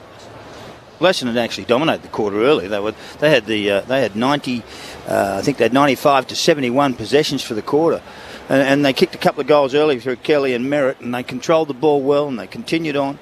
But then Sydney started to take control, started to get hold of the game, and started to go forward. And all of a sudden they've had how many inside 50s? 19 or 20 to 6 in that quarter. 20 to 6, that's a massive area. They've kicked 8 points in one time, 2 goals, and they got a couple late. One to Heaney and the other one to Heaney and, sorry, I apologise. Hayward, yeah, and Hayward kicked the last one right on the bell. Interesting quarter. They've had so many shots on goal. They dominated for about 15 or so minutes, Sydney, but just could not score. If they had a kick straight, they'd be 4 or 5 in front. They were so dominant in where they had the ball around the ground. Interesting game. We're poised. There's 9 points in this, isn't there? 11 points in this game. 2 goals. Interesting. The Bombers have been fantastic today, I can tell you. They've been worked hard. 19 inside 50s to Sydney that quarter, so it was eventually going to come back and bite them, and those two late goals for Sydney could prove costly, but love the persistence for Sydney. They just kept pounding the ball inside their forward 50. Last 7 scoring shots of the game have gone the way of the Swans, and 9 of the 12 in that quarter, so obviously kicking 2 goals 8 to Essendon's 2 goals 1. 3 shots to how many? That's massive, isn't it, really? The Bombers at one stage in the game had kicked 7 out of 8 goals. It sort of felt a bit even like last night, where there was sort of large periods in that St Kilda game where the Swans had runs of 7 out of 9, and it never felt like that kind of game. But They're the numbers that matter on the scoreboard. Sydney by 11 points. Final term underway. We've got a crooked bounce, so that'll be recalled. Swans a perfect 5 and zip when leading at three-quarter time this year. They're the number 1 final quarter team in the competition. 12 wins, 2 losses in fourth terms. Draper palms it down from the restart to Shield. Hand pass to Merritt of the Bombers. He kicks out wide for Martin. Nick Martin. Hand pass away to Shield at high half forward. He just kicks a high bomb inside the forward 50. Jones flies at it, hits the turf hard on the way down. Stringer hand pass back into the corridor. Hobbs extracts it, but gives it straight to Rowbottom. Took on the tackler's court. Merritt and Snelling got him. And Merritt's going to stand up with the footy and a chance to kick number 3. Let Merritt kick it. It's a good idea. I love Snelling. I love that pressure. But Zach Merritt's already got 2 in this game, so let him kick the goal. Good pressure to start the quarter. He's kicked 4 on 1 occasion in his career. That's a best for Zach Merritt. As he moves in here from 45 out. Oh no. He has missed everything. At centre half forward, Zach Merritt puts it out on the full. Sydney by 11 points. He's never kicked.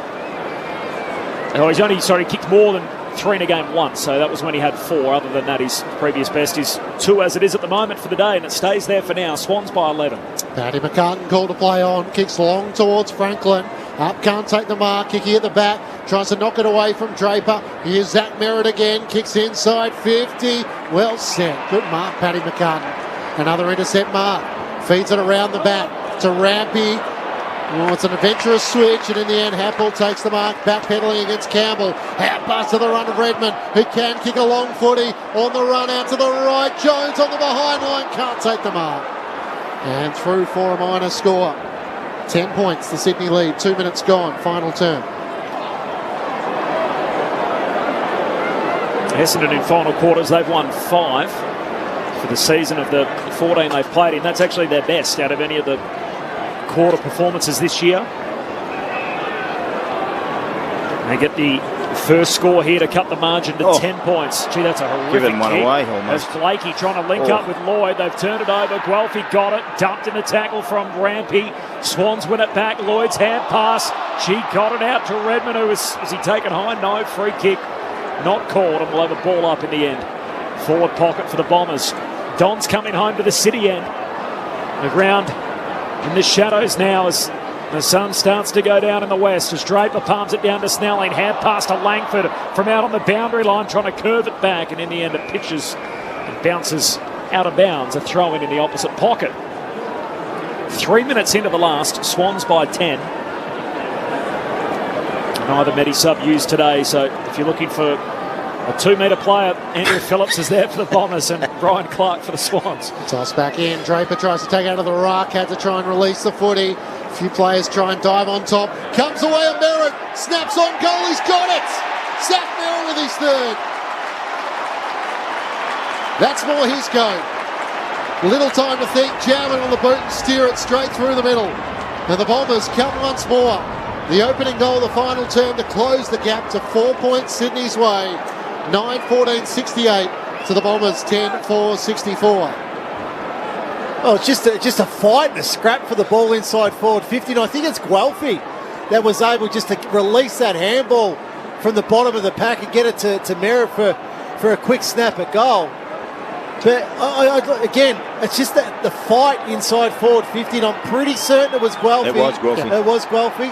Yeah, it was terrific play by that young man. He's an underrated player in Essendon side because he enjoys doing the hard little things that go unnoticed. Got to put more dye in his hair so we can tell who he is. Swans by 4 points. Essendon with the first of the final term. Draper wins it down. Stringer tackled by Warner. Warner then wins the footy for Sydney. The 1-2 with Gordon. Warner keeps on moving through centre half forward. Shoots goalward. It's offline. Heaney, did he get a touch on it? It's still alive. Gee, a late call from the boundary umpire. Eventually out of play. And a throw in forward pocket for the Swans. Bounced out twice. I'm not sure what the boundary umpire was looking at. He was right there. And Jake Kelly's been a little constructive with his feedback too in the defensive line for Essendon as Draper palms it down but straight to Warner. He shoots goalward. Geez, it bounced over the line and back out. I think Warner's kicked this. He has. Warner with the goal and Sydney back in front by 10. A stoppage goal, but he roved the Essendon ruckman.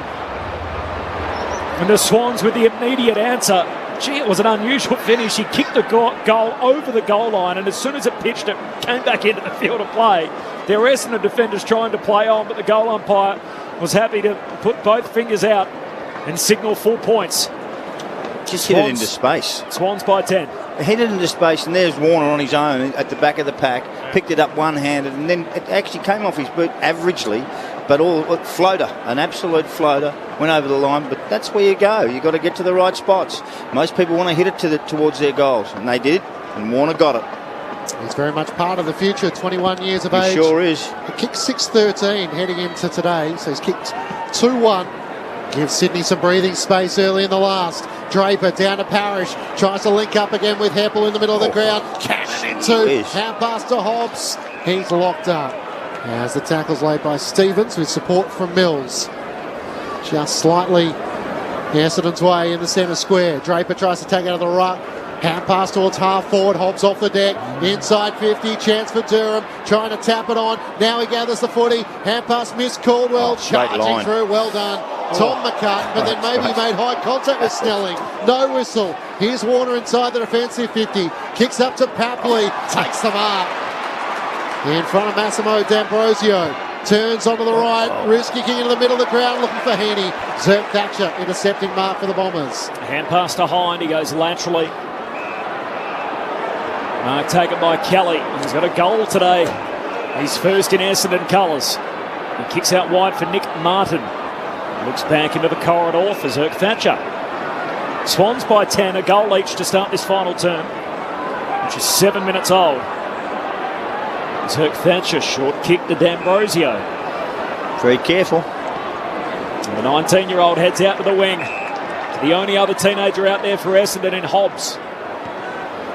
Hobbs off a step, finds Merritt, and a slow build-up again for the Bombers, trying to chip their way through the maze.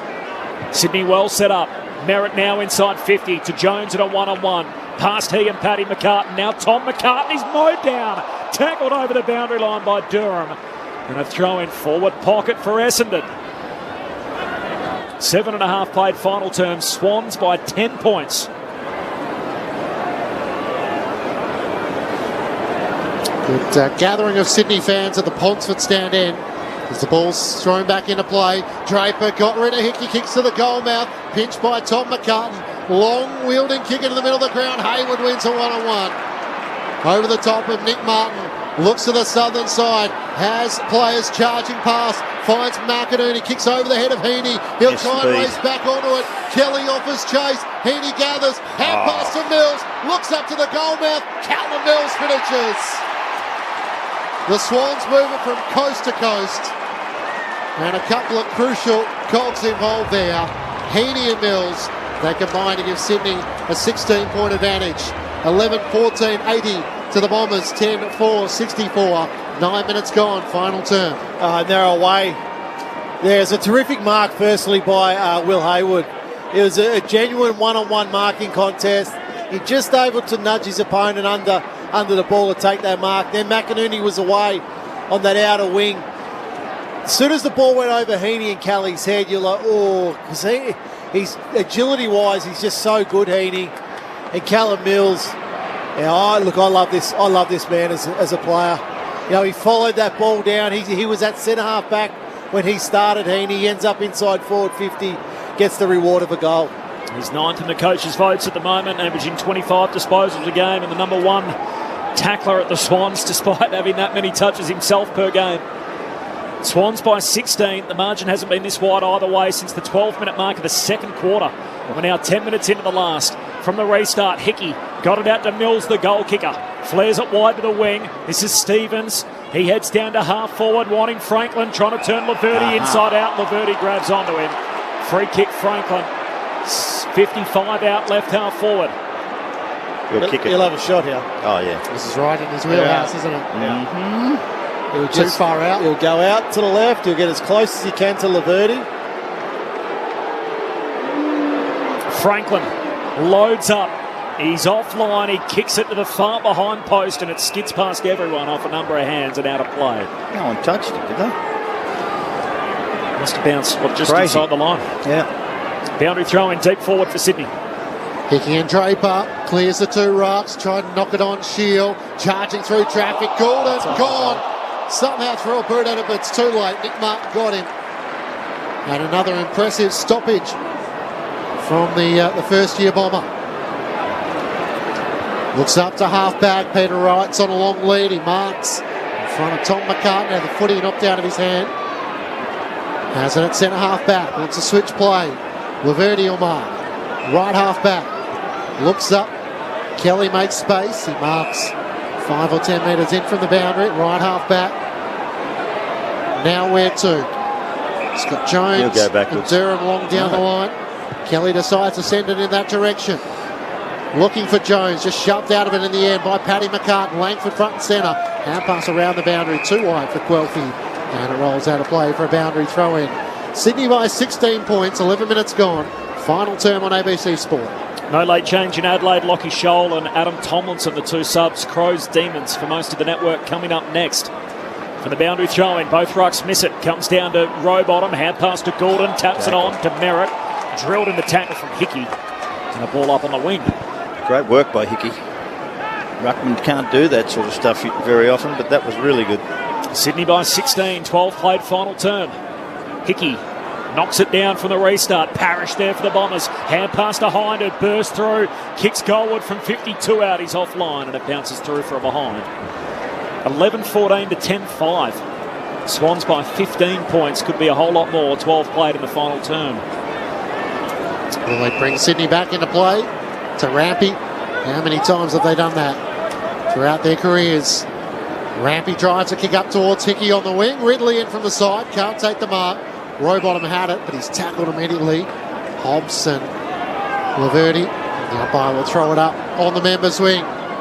Langford into a run in the ruck as Draper takes a breather. Hickey down to Shield. Underground hand pass towards Parrish. Mills slipped over on all fours. Parrish fires a hand pass to 50. Stringer's been quiet. Kicks off the outside of the boot. You beauty! Only Jake can do stuff like that, which makes him absolutely an X factor. And out of nowhere, the Bombers get a goal to close the gap to 9 points. 11-14-80 to Essendon, 11-5-71. Now, Adam Ramanaskas, your job to try and describe exactly what we saw. You can't. You simply can't describe that because that's what Jake Stringer can do. It's not in any training manual or any book. It's a check side from right on 50 metres. Terrific by Merritt. Parrish there to get the ball clear. Look, Stringer knew exactly what he's doing. Didn't slow down, running at full speed. Traffic coming towards him. Just chucks it on the outside of the right boot and bends it through. Get out of my way, I've got it covered. You can't teach that. That's just natural ability, natural talent.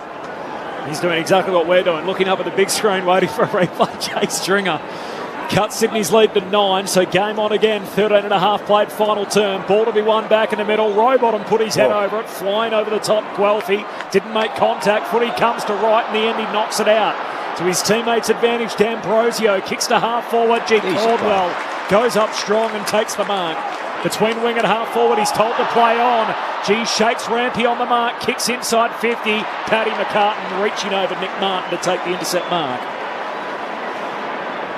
Has it for Sydney back flank. Short kick to Rampy. Rampy out wide to Justin McInerney. Nick Martin chooses not to stand and retreats on the mark. McInerney now told to play on, waiting for something to present upfield. Swans by 9. He goes long to high half forward. Peter Wright's back, flies for the footy. No mark for Essendon. Spills down to Hobbs. Hand pass and turnover. McInerney's onto the footy again. 70 out. Kicks inside the forward 50. Heaney goes over along with his direct opponent Kelly. The ball slips out of play, and after all that, the umpire says spin it in. 25 metres out from the Swans' goal at the punt road end. Sydney by 9, 14 played final term. Well, toss back into play. Reid and Wright doing the ruck work. Wright lost his footing. Reid couldn't get a disposal away. Mills is in there, as is Jake Kelly. The umpire will throw it up 45 metres out from Sydney's goal. 2 goals apiece in this final term. Chance for Nick Martin trying to get a clearance here. Kicks up to the southern wing. Paddy McCartan threw his body in front of it. Blocked out Guelphy. A chance still for the Bombers. Langford. Hand pass to Redmond. No way forward as he's tackled by Fox and Mills. And the umpire will throw it up just short of right half forward for the Swans, who lead by 9 points. 2 goals each in this final term. Reid doing the ruck work, wins it down, but straight to shield the Bombers. Slick hands from Redmond to Martin, and now away to Hobbs. Off the back flank, kicks down the southern wing for Essendon. As Paddy McCartan goes up, knocks it away, out toward, in fact it was Tom McCartan, here's Paddy, grabs the footy, tackled, dispossessed. Durham there for the Bombers, hand pass to Guelphy, hands it to Caldwell, links up with Stringer for 2 in a row. Stringer on the run. The Bombers won't go away. And their game breaker in Jake Stringer, involved at the right time for Essendon. Kicks 2 crucial final quarter goals, and Sydney's lead is cut to 3. 16 played final term, Swans 11-14, Essendon 12-5. Adam Ramanauskas, Mark McClure. Well, the Bombers won't go away. They just sort of keep coming. Their defence was enormous down there. Were under pressure in the half-back flank. All of a sudden they start to get some movement forward. And then it ends up with Jake again. Jake, he does this. He's been just, I would say, average in this game at this stage, till this stage. But 2 fourth quarter goals is just magnificent. And one from one side and then one from the other. That was just brilliant stuff by the Bombers. Good movement of ball. They're still in it and they can win it. Just 14 disposals for Jake Stringer and 4 score involvements for 2 big goals in the final term. And we could be in for a thriller. Bounce back in the middle. Hickey and Draper. Draper wins down the tap. Bounce back towards Mills. Can't get a clearing hand pass away. Warner scraps for it. Hobbs on the bottom of the pack. Now Parrish is in there, and the umpire will have to come in and ball it up. 17 minutes gone, final term. Sydney by just 3. Hickey wins down the tap to Mills. Hand pass to Warner, defensive side. Kicks towards McDonald, it's wide of him. Zerk Thatcher races back onto it for the Bombers. Great blind step around Franklin. Spots up Hobbs. The Bombers' confidence growing. Can they take the lead as Hobbs looks to switch play? He wants to be adventurous. In the end, decides to kick across half back. Spots up Kelly. Kelly goes short to Ridley. Still at half back, Essendon. Stringer with the last 2 in the game. Essendon have gone from 16 down to now within 3. Swans still lead it. 17 travelled final term. Kick comes out wide to Kelly. He's got to move up the field. Kelly back in. You look board. at the forwards, they're just standing still. Yep. Kelly back in board to Ridley. Ridley heads down the wing. Langford leaping up, taking the mark. He immediately rolls. Looks inside the forward 50, which is crowded. Kick to the hot spot. Draper flying at the footy, no mark. Falls down to Shield. Floats a kick goalward. Sydney with numbers back, and Lloyd underneath it. Takes the intercept mark for Sydney. Short kick to Stevens. Still in the back pocket. Sydney deep in defence, but lead it by 3 points. 18 and a half travelled final term. Called to play on, so looks to drive a kick towards the members' wing. Stevens up towards Franklin. McDonald punched away by Ridley at the back. Heppel retreats back by hand to Shield, to Ridley, to Parrish. Turns, looks into the middle of the crowd. High the target, just got it to him as Papley was floating across the front. And Hind wanted 50 as Logan McDonald scooted around the back. He arched the back. Didn't make any contact. Now to Kelly. All of a sudden the Bombers have won the last 6 clearances. 5 of the last 6 inside 50s. Kicks towards Langford. Brought it down. A chance still as Martin retreats back to Hind on 50. Kicks towards right. 2 to compete against. And in the end, the McCartan brothers, Tom and Paddy, well set. Paddy took the mark. Some contact in the back from Peter Wright in the process. Just give him a little clip on the way through. A swinging arm right in the kidneys. Is that right? Well, they hurt. I'm not lining up for one of those. As Paddy McCartan, the brother Tom, Mark's still in the back pocket. Short kick to Parker. Cops the jeers. Kicks on the 45 to Lloyd. Swans by 3. About to tick into time on final turn. Essendon with the last 2 goals. Lloyd short to Florent. Back to Lloyd. Still at centre half back. And the famous South Melbourne jump with a big red V kicks across the half-back line to Dylan Stevens. The South Australian out wide, misses his intended target, skids its way through to Fox, and Caldwell tackles him out of play.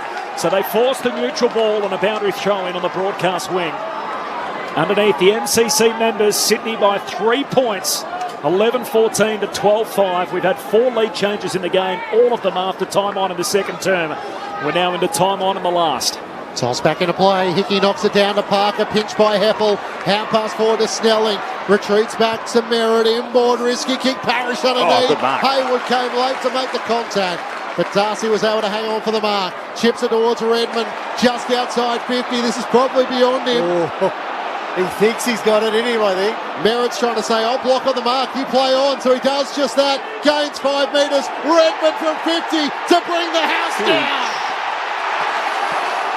The Bombers are in front by 3 points. Who saw this coming? And Merritt and Mason Redmond in animated celebration. And as are the Bombers fans in the stands. Another one for the defenders, as he becomes the 9th individual goal kicker for the Bombers this afternoon. 13-5-83 to the Swans, 11-14-80. 21 minutes gone, final term. Now the pressure back on the Bloods. It's just 2 risky kick sellers. The first one by Merritt inside to Parrish, hits. Then Parrish goes to Redmond with another risky kick. I love that by Zach Merritt. Just showing the leadership. You know what? Play on, I'll shepherd for you. I know you can kick the distance. Redmond from outside 50 nails it. Grandstand finish now. Trailed by 16 earlier in the quarter. The Bombers are now in front. 5th lead change of the game. Dons by 3. Restart back in the middle. Parker just paddles it out to Papley. Kicks to centre half forward. Franklin underneath it. Laverty spoils. Into the centre square. Hobbs for the Bombers. Hand pass to Parrish. He's tackled by Franklin. Umpire says ball up in the middle of the ground. And these 4 points so important for Sydney. The race for the top 8. One week you're playing for a spot in the top 4. The next you're playing just to defend your spot in the 8. Such a hell of a season with 7 games left. From the ball up, Hobbs kicks Essendon to half forward. No mark for Durham. Wright paddles it back to Durham. Durham tackled. He's in trouble holding the ball.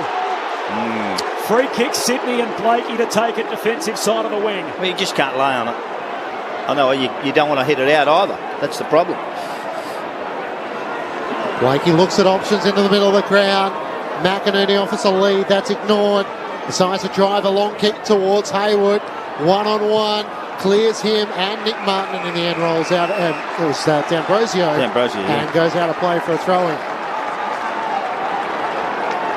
Essendon by 3 points. Sydney would have felt like they had this game in control. Having a lot of inside 50s in the third term, but unable to capitalise. Thrown back in. Draper beautifully palms it down. Silver service. Martin run down. Hayward got him. Parker for the Swans. Hand pass to McInerney. Short for Franklin. Of course, but he's still got a role to play. We started the afternoon running through the fact that he kicked more goals against the Bombers than any other team in his career. And here he is with a chance to kick the Swans back in front and send through his third of the afternoon. Just trying to look where Laverty got to. There, he's been Franklin's direct opponent. That was Zerk Thatcher, who was on Franklin on that occasion. Lance Franklin directly in front. 45 metres out for his third. He drags it to the right in a bad miss. He misses absolutely everything. Who saw that coming? And the Bombers still lead by 3 as Buddy fails to score. So 11-14, and they've put a couple out on the full Sydney. They trail by 3 points. Still over 5 minutes left on the game clock. The Bombers from the free kick, long out to half-back. Wright crashes a pack and about 5 bodies hit the deck. Pack forms behind him and we'll have a ball up. As Heppel lays a big tackle in there on Rowbottom. Southern wing, up it goes. Draper to the front, palms it down. Trying to stand up in the tackle. A free kick for a high tackle, a high fend-off. Parker grabs the footy and just pushed it Merritt in the throat. And a free kick for Zach Merritt at half-back. The Bombers coming off a loss to West Coast, something only one other team in the competition owns this year, looking for their 4th win of the year. kicks down the wing. Hickey wins it. Hand pass to Warner, to centre half forward. Franklin backpedaling, no mark. Spills down to Redmond. Essendon back with it at centre half back. He goes wide to Heppel, no mark. Bit of front on pressure, no free kick. Errol Goulden comes up with a footy for Sydney. Kicks to half forward, Laverty. Up strong, marking over the top of Parker at half back. 25 minutes into the final term. Essendon by 3 and with possession on the back flank. Laverty drives a long kick up towards the southern wing, setting himself. Guelphy up Stringer as well on the back of Hickey. It comes away of Snelling. Hand pass to Stringer. 2 goals in the final term. Kicks inside 50. Langford. One-on-one with Blakey inside the attacking 50. A lace-out pass from Jake Stringer, and he marks deep in the right forward pocket. Played a big role in the last quarter, Jake, hasn't he? But it was a great kick because Langford was going back towards goal. And Stringer knew he couldn't get that distance over Blakey's head, so he kicked it to the right of Langford and made him go to that space. Such a smart kick. To make it a 2-kick ball game, Kyle Langford back in the Essendon lineup, comes in and steers it through. Catch us if you can. The Bombers out by 9 points at the 26-minute mark of the final term. Jake Stringer instrumental to everything. 14-5-89 to the Swans 11-4-80. The grandstand finish on ABC Sport. 5 goals in the last quarter. 5 goals to 2, I think it is, in the last quarter of this game. And that's a massive confidence boost. If they thought they came here and thought they could win, well, gee whiz, you put yourself in the right space right now. Sydney can't get their hands on the ball. They've had nothing. 87%. They've only had 45 possessions for the quarter. I understand that. The Swans. In the inside 50s. 13 to 8. So they've dominated all over the ground. They just cannot get their hands on the ball. You're dead right. But you know what? That's great. It's good to see the Bombers come back and do something and push another side who's a contender in this business. Another unpredictable afternoon at the footy. Draper grabs it out of the ruck and Essendon going forward again. Kicks it deep. Harry Jones flies. No mark. Langford run down. Tackled by Tom McCartan holding the ball. And a free kick as Langford had his eyes on the goals, trying to kick 2 in a row and ice the game. McCartan for Sydney. That's Tom out towards Warner. Kicks along the boundary line for Rowbottom. A little fumble under pressure from Heppel. Got a hand pass away to Fox. Kicks down the wing. Franklin takes the mark. Kicks to centre half forward. Heaney's got it. Attacking edge of the centre square. Loads up. Kicks deep. Sam Reid down there. Zerk Thatcher trying to spoil.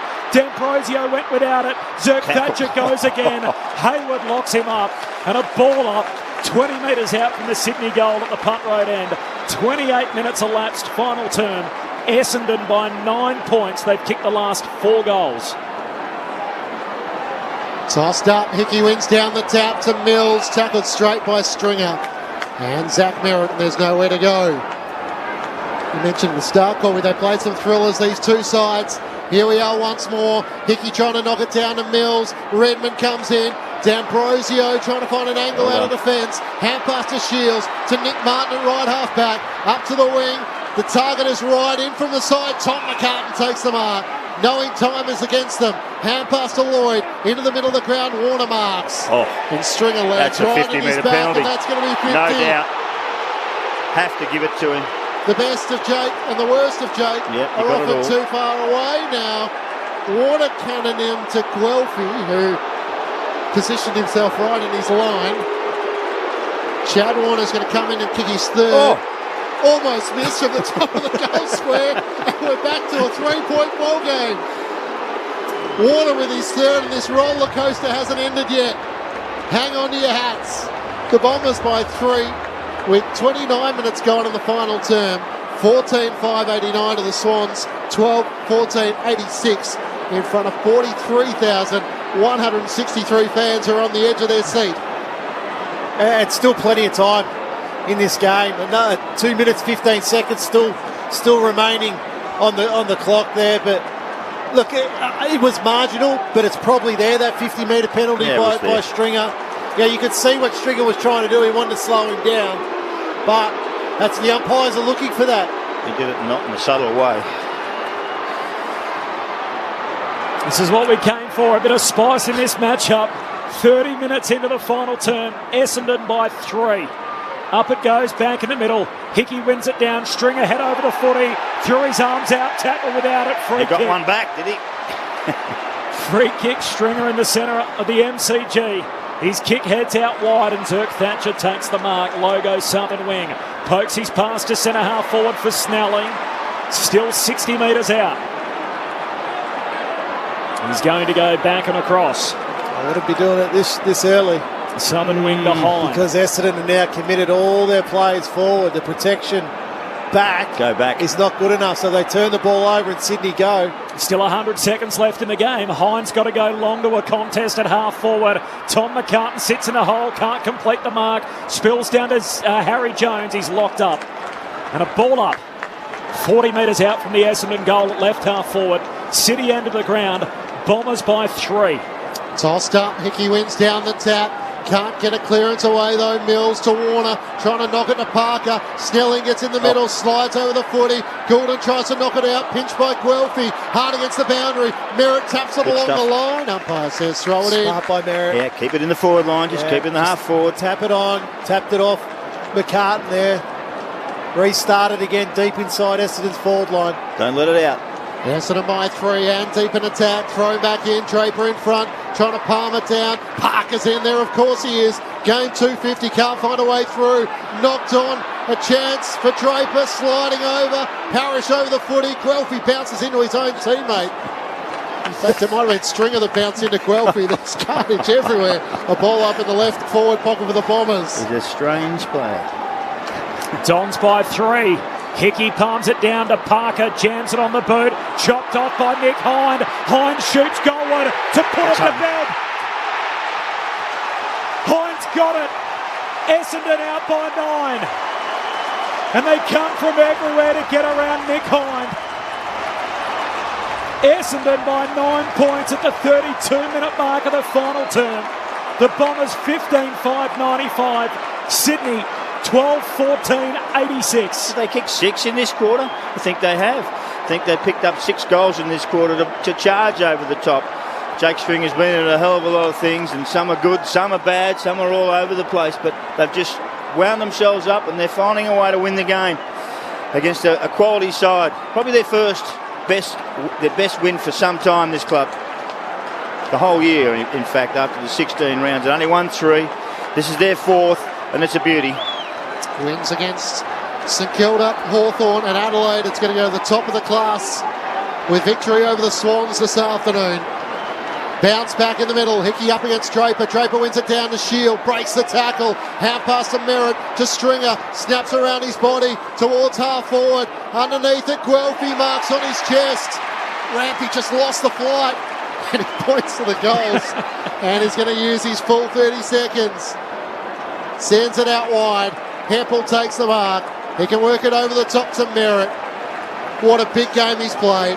3 goals, and it might be fittingly finishing in his hands.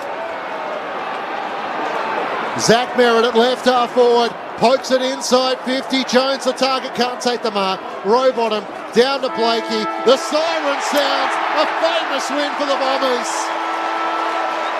It's been a season of pain for Essendon, but 2 wins in 3 weeks. The Bombers could be on the way up. They claim their biggest scalp by 9 points over the Swans. Our boys who play this scramble game are always striving for glory and fame. See the Bombers fly up, up. We are the teams they don't fear. They'll try their best, but they can't get near as the Bombers fly up. Sydney led by 18 points at quarter time, by 4 points at half time, by 11 at 3/4 time. They kicked 2 goals 8 to Essendon's 2-1, and you did ponder at that stage as to whether it may come back to bite them in hindsight. And then a thrilling final term in which the Bombers kicked 6 goals to 3 to win 15-5-95 to the Swans 12-14-86. The Bombers' 4th win of the season. See the Bombers fly up, up to win the premiership flag. Our boys who play this scramble game are always striving for glory and fame. See the Bombers fly up, up. We are the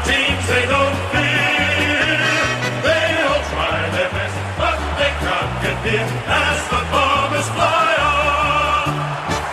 The Essendon winners by 9 points in front of 43,163 fans. They had 11 individual goal kickers, including Zach Merritt, who led the way with 3, 2 to Stringer, all in the last quarter, 2 to Wright. Individuals to Langford, Hobbs, Hine, Heppel, Durham, Jones, Redmond and Kelly. Meanwhile, for the Swans, who had 7 individual goal kickers, 3 to Warner, 2 to Heaney, Reid and Franklin. The individuals to Haywood, Papley and Mills. The Swans started the weekend in 6th position. They were 9 wins and 5 losses. A chance now for the Magpies to jump above them if they can get victory over the Gold Coast Suns tonight. So the Swans are in 6th, but they're now trying to hang on to their spot inside the top 8 rather than pushing towards the top 4. A few more pages written in this phenomenal season that we're witnessing. So Essendon lose to West Coast. Sydney beat St Kilda.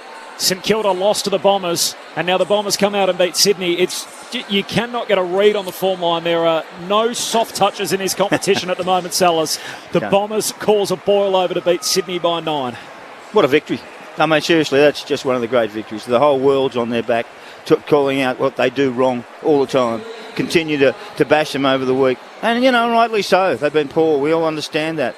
But then to stand up with a bunch of kids, 4 or 5 kids that I just read their names out. Dak Thatcher, Martin, what is it? D'Ambrosio, my apologies. Hobbs, Durham, Jones. That's where the difference lies. Luke Parker is getting chaired off by Callum Mills and Sam Reid. He does not look happy. The last time, of course, Sydney played Essendon 7 weeks ago, was making the flinching motion to Essendon, which was the lasting images to come out of that game. The Bombers laid just 30 tackles that night. They were humiliated by Sydney. They walk away with the 4 points here. The Bombers exacting some revenge. They win by 9 points and spoil Luke Parker's 250th game.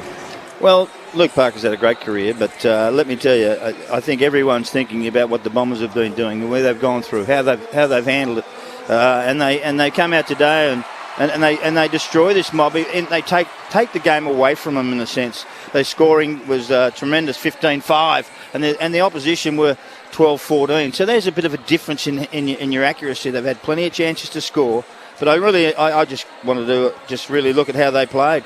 Every time that they actually won the clearance area, every time that they won the inside 50s, every quarter, they scored, and they scored handsomely. In the last quarter, they had 17-10 inside 50. So you kick 6 goals from 17 entries. That's enormous when you think about it, an enormous return. And then the clearance area, 17-8 out of the clearance area of the middle. That's where the game starts and finishes almost, in a sense. You get it in your forward line, continue to punch it through there and score. I mean, that's a massive last quarter for the Bombers. I can't believe how happy they would be, because they've actually now legitimised themselves as a team who can play against some of the big boys and beat them. Against Sydney, they were terrific. They handled a very, very difficult week extremely well, Rama. Well, it's extremely disappointing last quarter by Sydney. Inside 50s, +7 Essendon, clearances +9 Essendon. Possession was 105-58. Sydney only had 58 possessions in that last quarter. I know.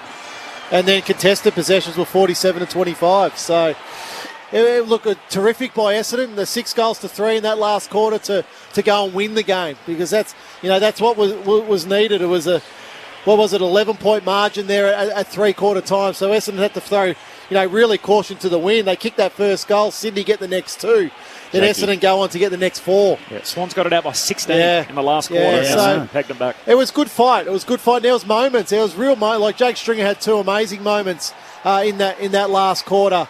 Then he gives away a 50-metre penalty. Zerk Thatcher had a couple of really, really good moments. I want to mention Ben Hobbs in that last quarter. He's had 10 possessions, 6 of those contested, 3 clearances, 2 tackles, and a couple of inside 50s in that last quarter.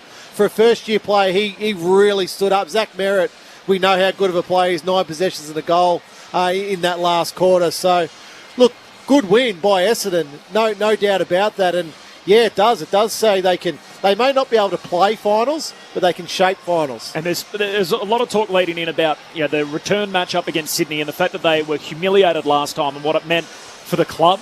And we had a lot of old-timers coming out saying, it's time to draw the line in the sand and all this carry-on and everything that goes with it and the physicality. There wasn't a physicality today, but Essendon fans would much rather that. Scoreboard. And get the 4 points and get a victory than any of that rubbish. Yeah, and they got what they came for. A scoreboard, winning on the scoreboard is the biggest punishment that you can give any other team. So, I think Essendon supporters will walk away from this game feeling happy because they get good performances out of their young players. D'Ambrosio was really good in that first half. Redmond had another good game. Hobbs in that last quarter. Zerk Thatcher, Martin, Durham. Fantastic. There's something to walk away from the game from and go, yep, okay, that makes sense. Tick. Absolutely. So, the pressure may have not have been there. 48 tackles in that game, but they comfortably win contested football. They do a lot right. They gave up 57 inside 50s to Sydney, and they're still able to defend those and win the game. It's a good result. It feels like a significant win for Ben Rutten. It felt like they said we'd be better in the second half of the season. Injuries all of a sudden have just about escaped them. So, righto, what's your best game style? And it feels like we're starting to see a bit more of that. First half against West Coast, second half was obviously disappointing, but you can sort of see they are building something at the moment. Yeah, and I think sometimes you can look at the negative quite easy on any team when they're losing games, and Essendon have lost games in bad manner in this season. But you look at it from today's performance, and again you can see what they're trying to do. They want to move the ball now. First quarter Sellers, it didn't work. They didn't move it. Tell you what, the last quarter was solid. Yeah. Solid. And I think that's the excitement from last year that you go, okay, come on, let's keep that going. Let's keep that going. But that's a big loss for the Swans there, because that just throws them right back into the pack now. They enormous. Swans are on in so they sixth spot. stay sixth at the moment, but they can be jumped over by Collingwood. And just Richmond. Well, it depends on Richmond if they get a big win over West Coast, what type of percentage they can potentially gain out of that match. Yep, they won today. They were knocking on the door of the top four, and now they're in a fight to make the 8 next week when they come up against the Bulldogs on Friday night footy. A red and black letter day for the Bombers. A huge victory, 9 points over Sydney into the winners' rooms with Lauren Borden. Yeah, they do like to do things the hard way. The Bombers don't take the easy wins, but then just go when they're up against it. Probably very nice in here as they've got the win over Sydney. They've just come in. It's a little bit quieter than I expected, even though all the friends and family are in here. But the players have just accepted all the claps and pats on the back as they come in. And they'll start to get into a circle now. Stringer's got his little child in. And everyone will join in now and sing the song.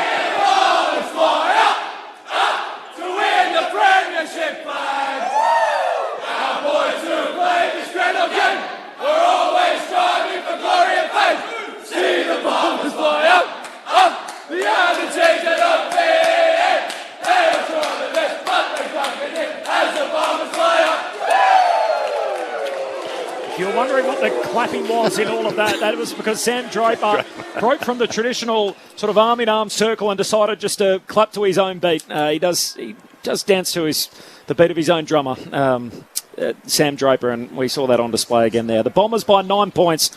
It is a good song, though. They win their 4th game of the year and move to 4-11. 15-5 over Sydney, 12-14 in front of 43,163.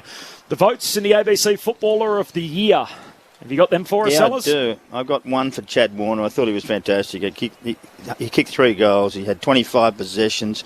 He had 7 marks. He had a couple of tackles. I thought he was one of their better players, Chad Warner. He was really, really positive up forward and through the middle of the ground. I gave 2 to Nick Hines. Nick Hines' defensive area and his run from the back half actually helped them win this game massively. Nick Hines, he was just tremendous in how he went about. 25 possessions, a couple of tackles, 7 marks. Really good stuff. I mean, that's what you need from your young kids who run hard. And then the best player on the ground was Zach Merritt. No doubt about that. He had 24 possessions, 3 goals in that area as well. And tackles, 6 marks, 7 handballs, 17 kicks. I mean, he was the heart and soul from the start to the finish. Did a great job. So 3 for Merritt, 2 for Hind, 1 for Warner from Mark McClure, the votes in the ABC Footballer of the Year. The Bombers, Sunday footy next week against the Brisbane Lions, of course, without Zorko and without Rich, who will both miss next week with minor hamstring complaints. Well, Friday night footy, as I mentioned, for the Swans up against the Western Bulldogs. Isn't that a juicy matchup? All of a sudden, the Dogs taking a deep breath. Blues, Sydney, losers. Who said the season was done and dusted? The top 8 was set. And it's still all ahead of us this weekend, so we're just 3 games down and already a couple of upsets with the Saints winning last night and the Bombers here shocking the Swans to win by 9 points. D's Crows on the way. Adam Ramanauskas, Mark McClure, thanks for your company. Thank you. Good day at the footy. It was actually a beauty. Loved it. Superb day at the footy. Thanks to Matt Clinch. Thanks to Stuart Hollywood Baker, to Lauren Borden downstairs. And to Craig back in the studio for holding it all down. So 43,000 at the MCG. Essendon coming from behind. They were 16 down in the final quarter. They managed to kick 5 of the last 6 goals to finish over the top and chalk up just their 4th victory of the season. The Bombers by 9 points.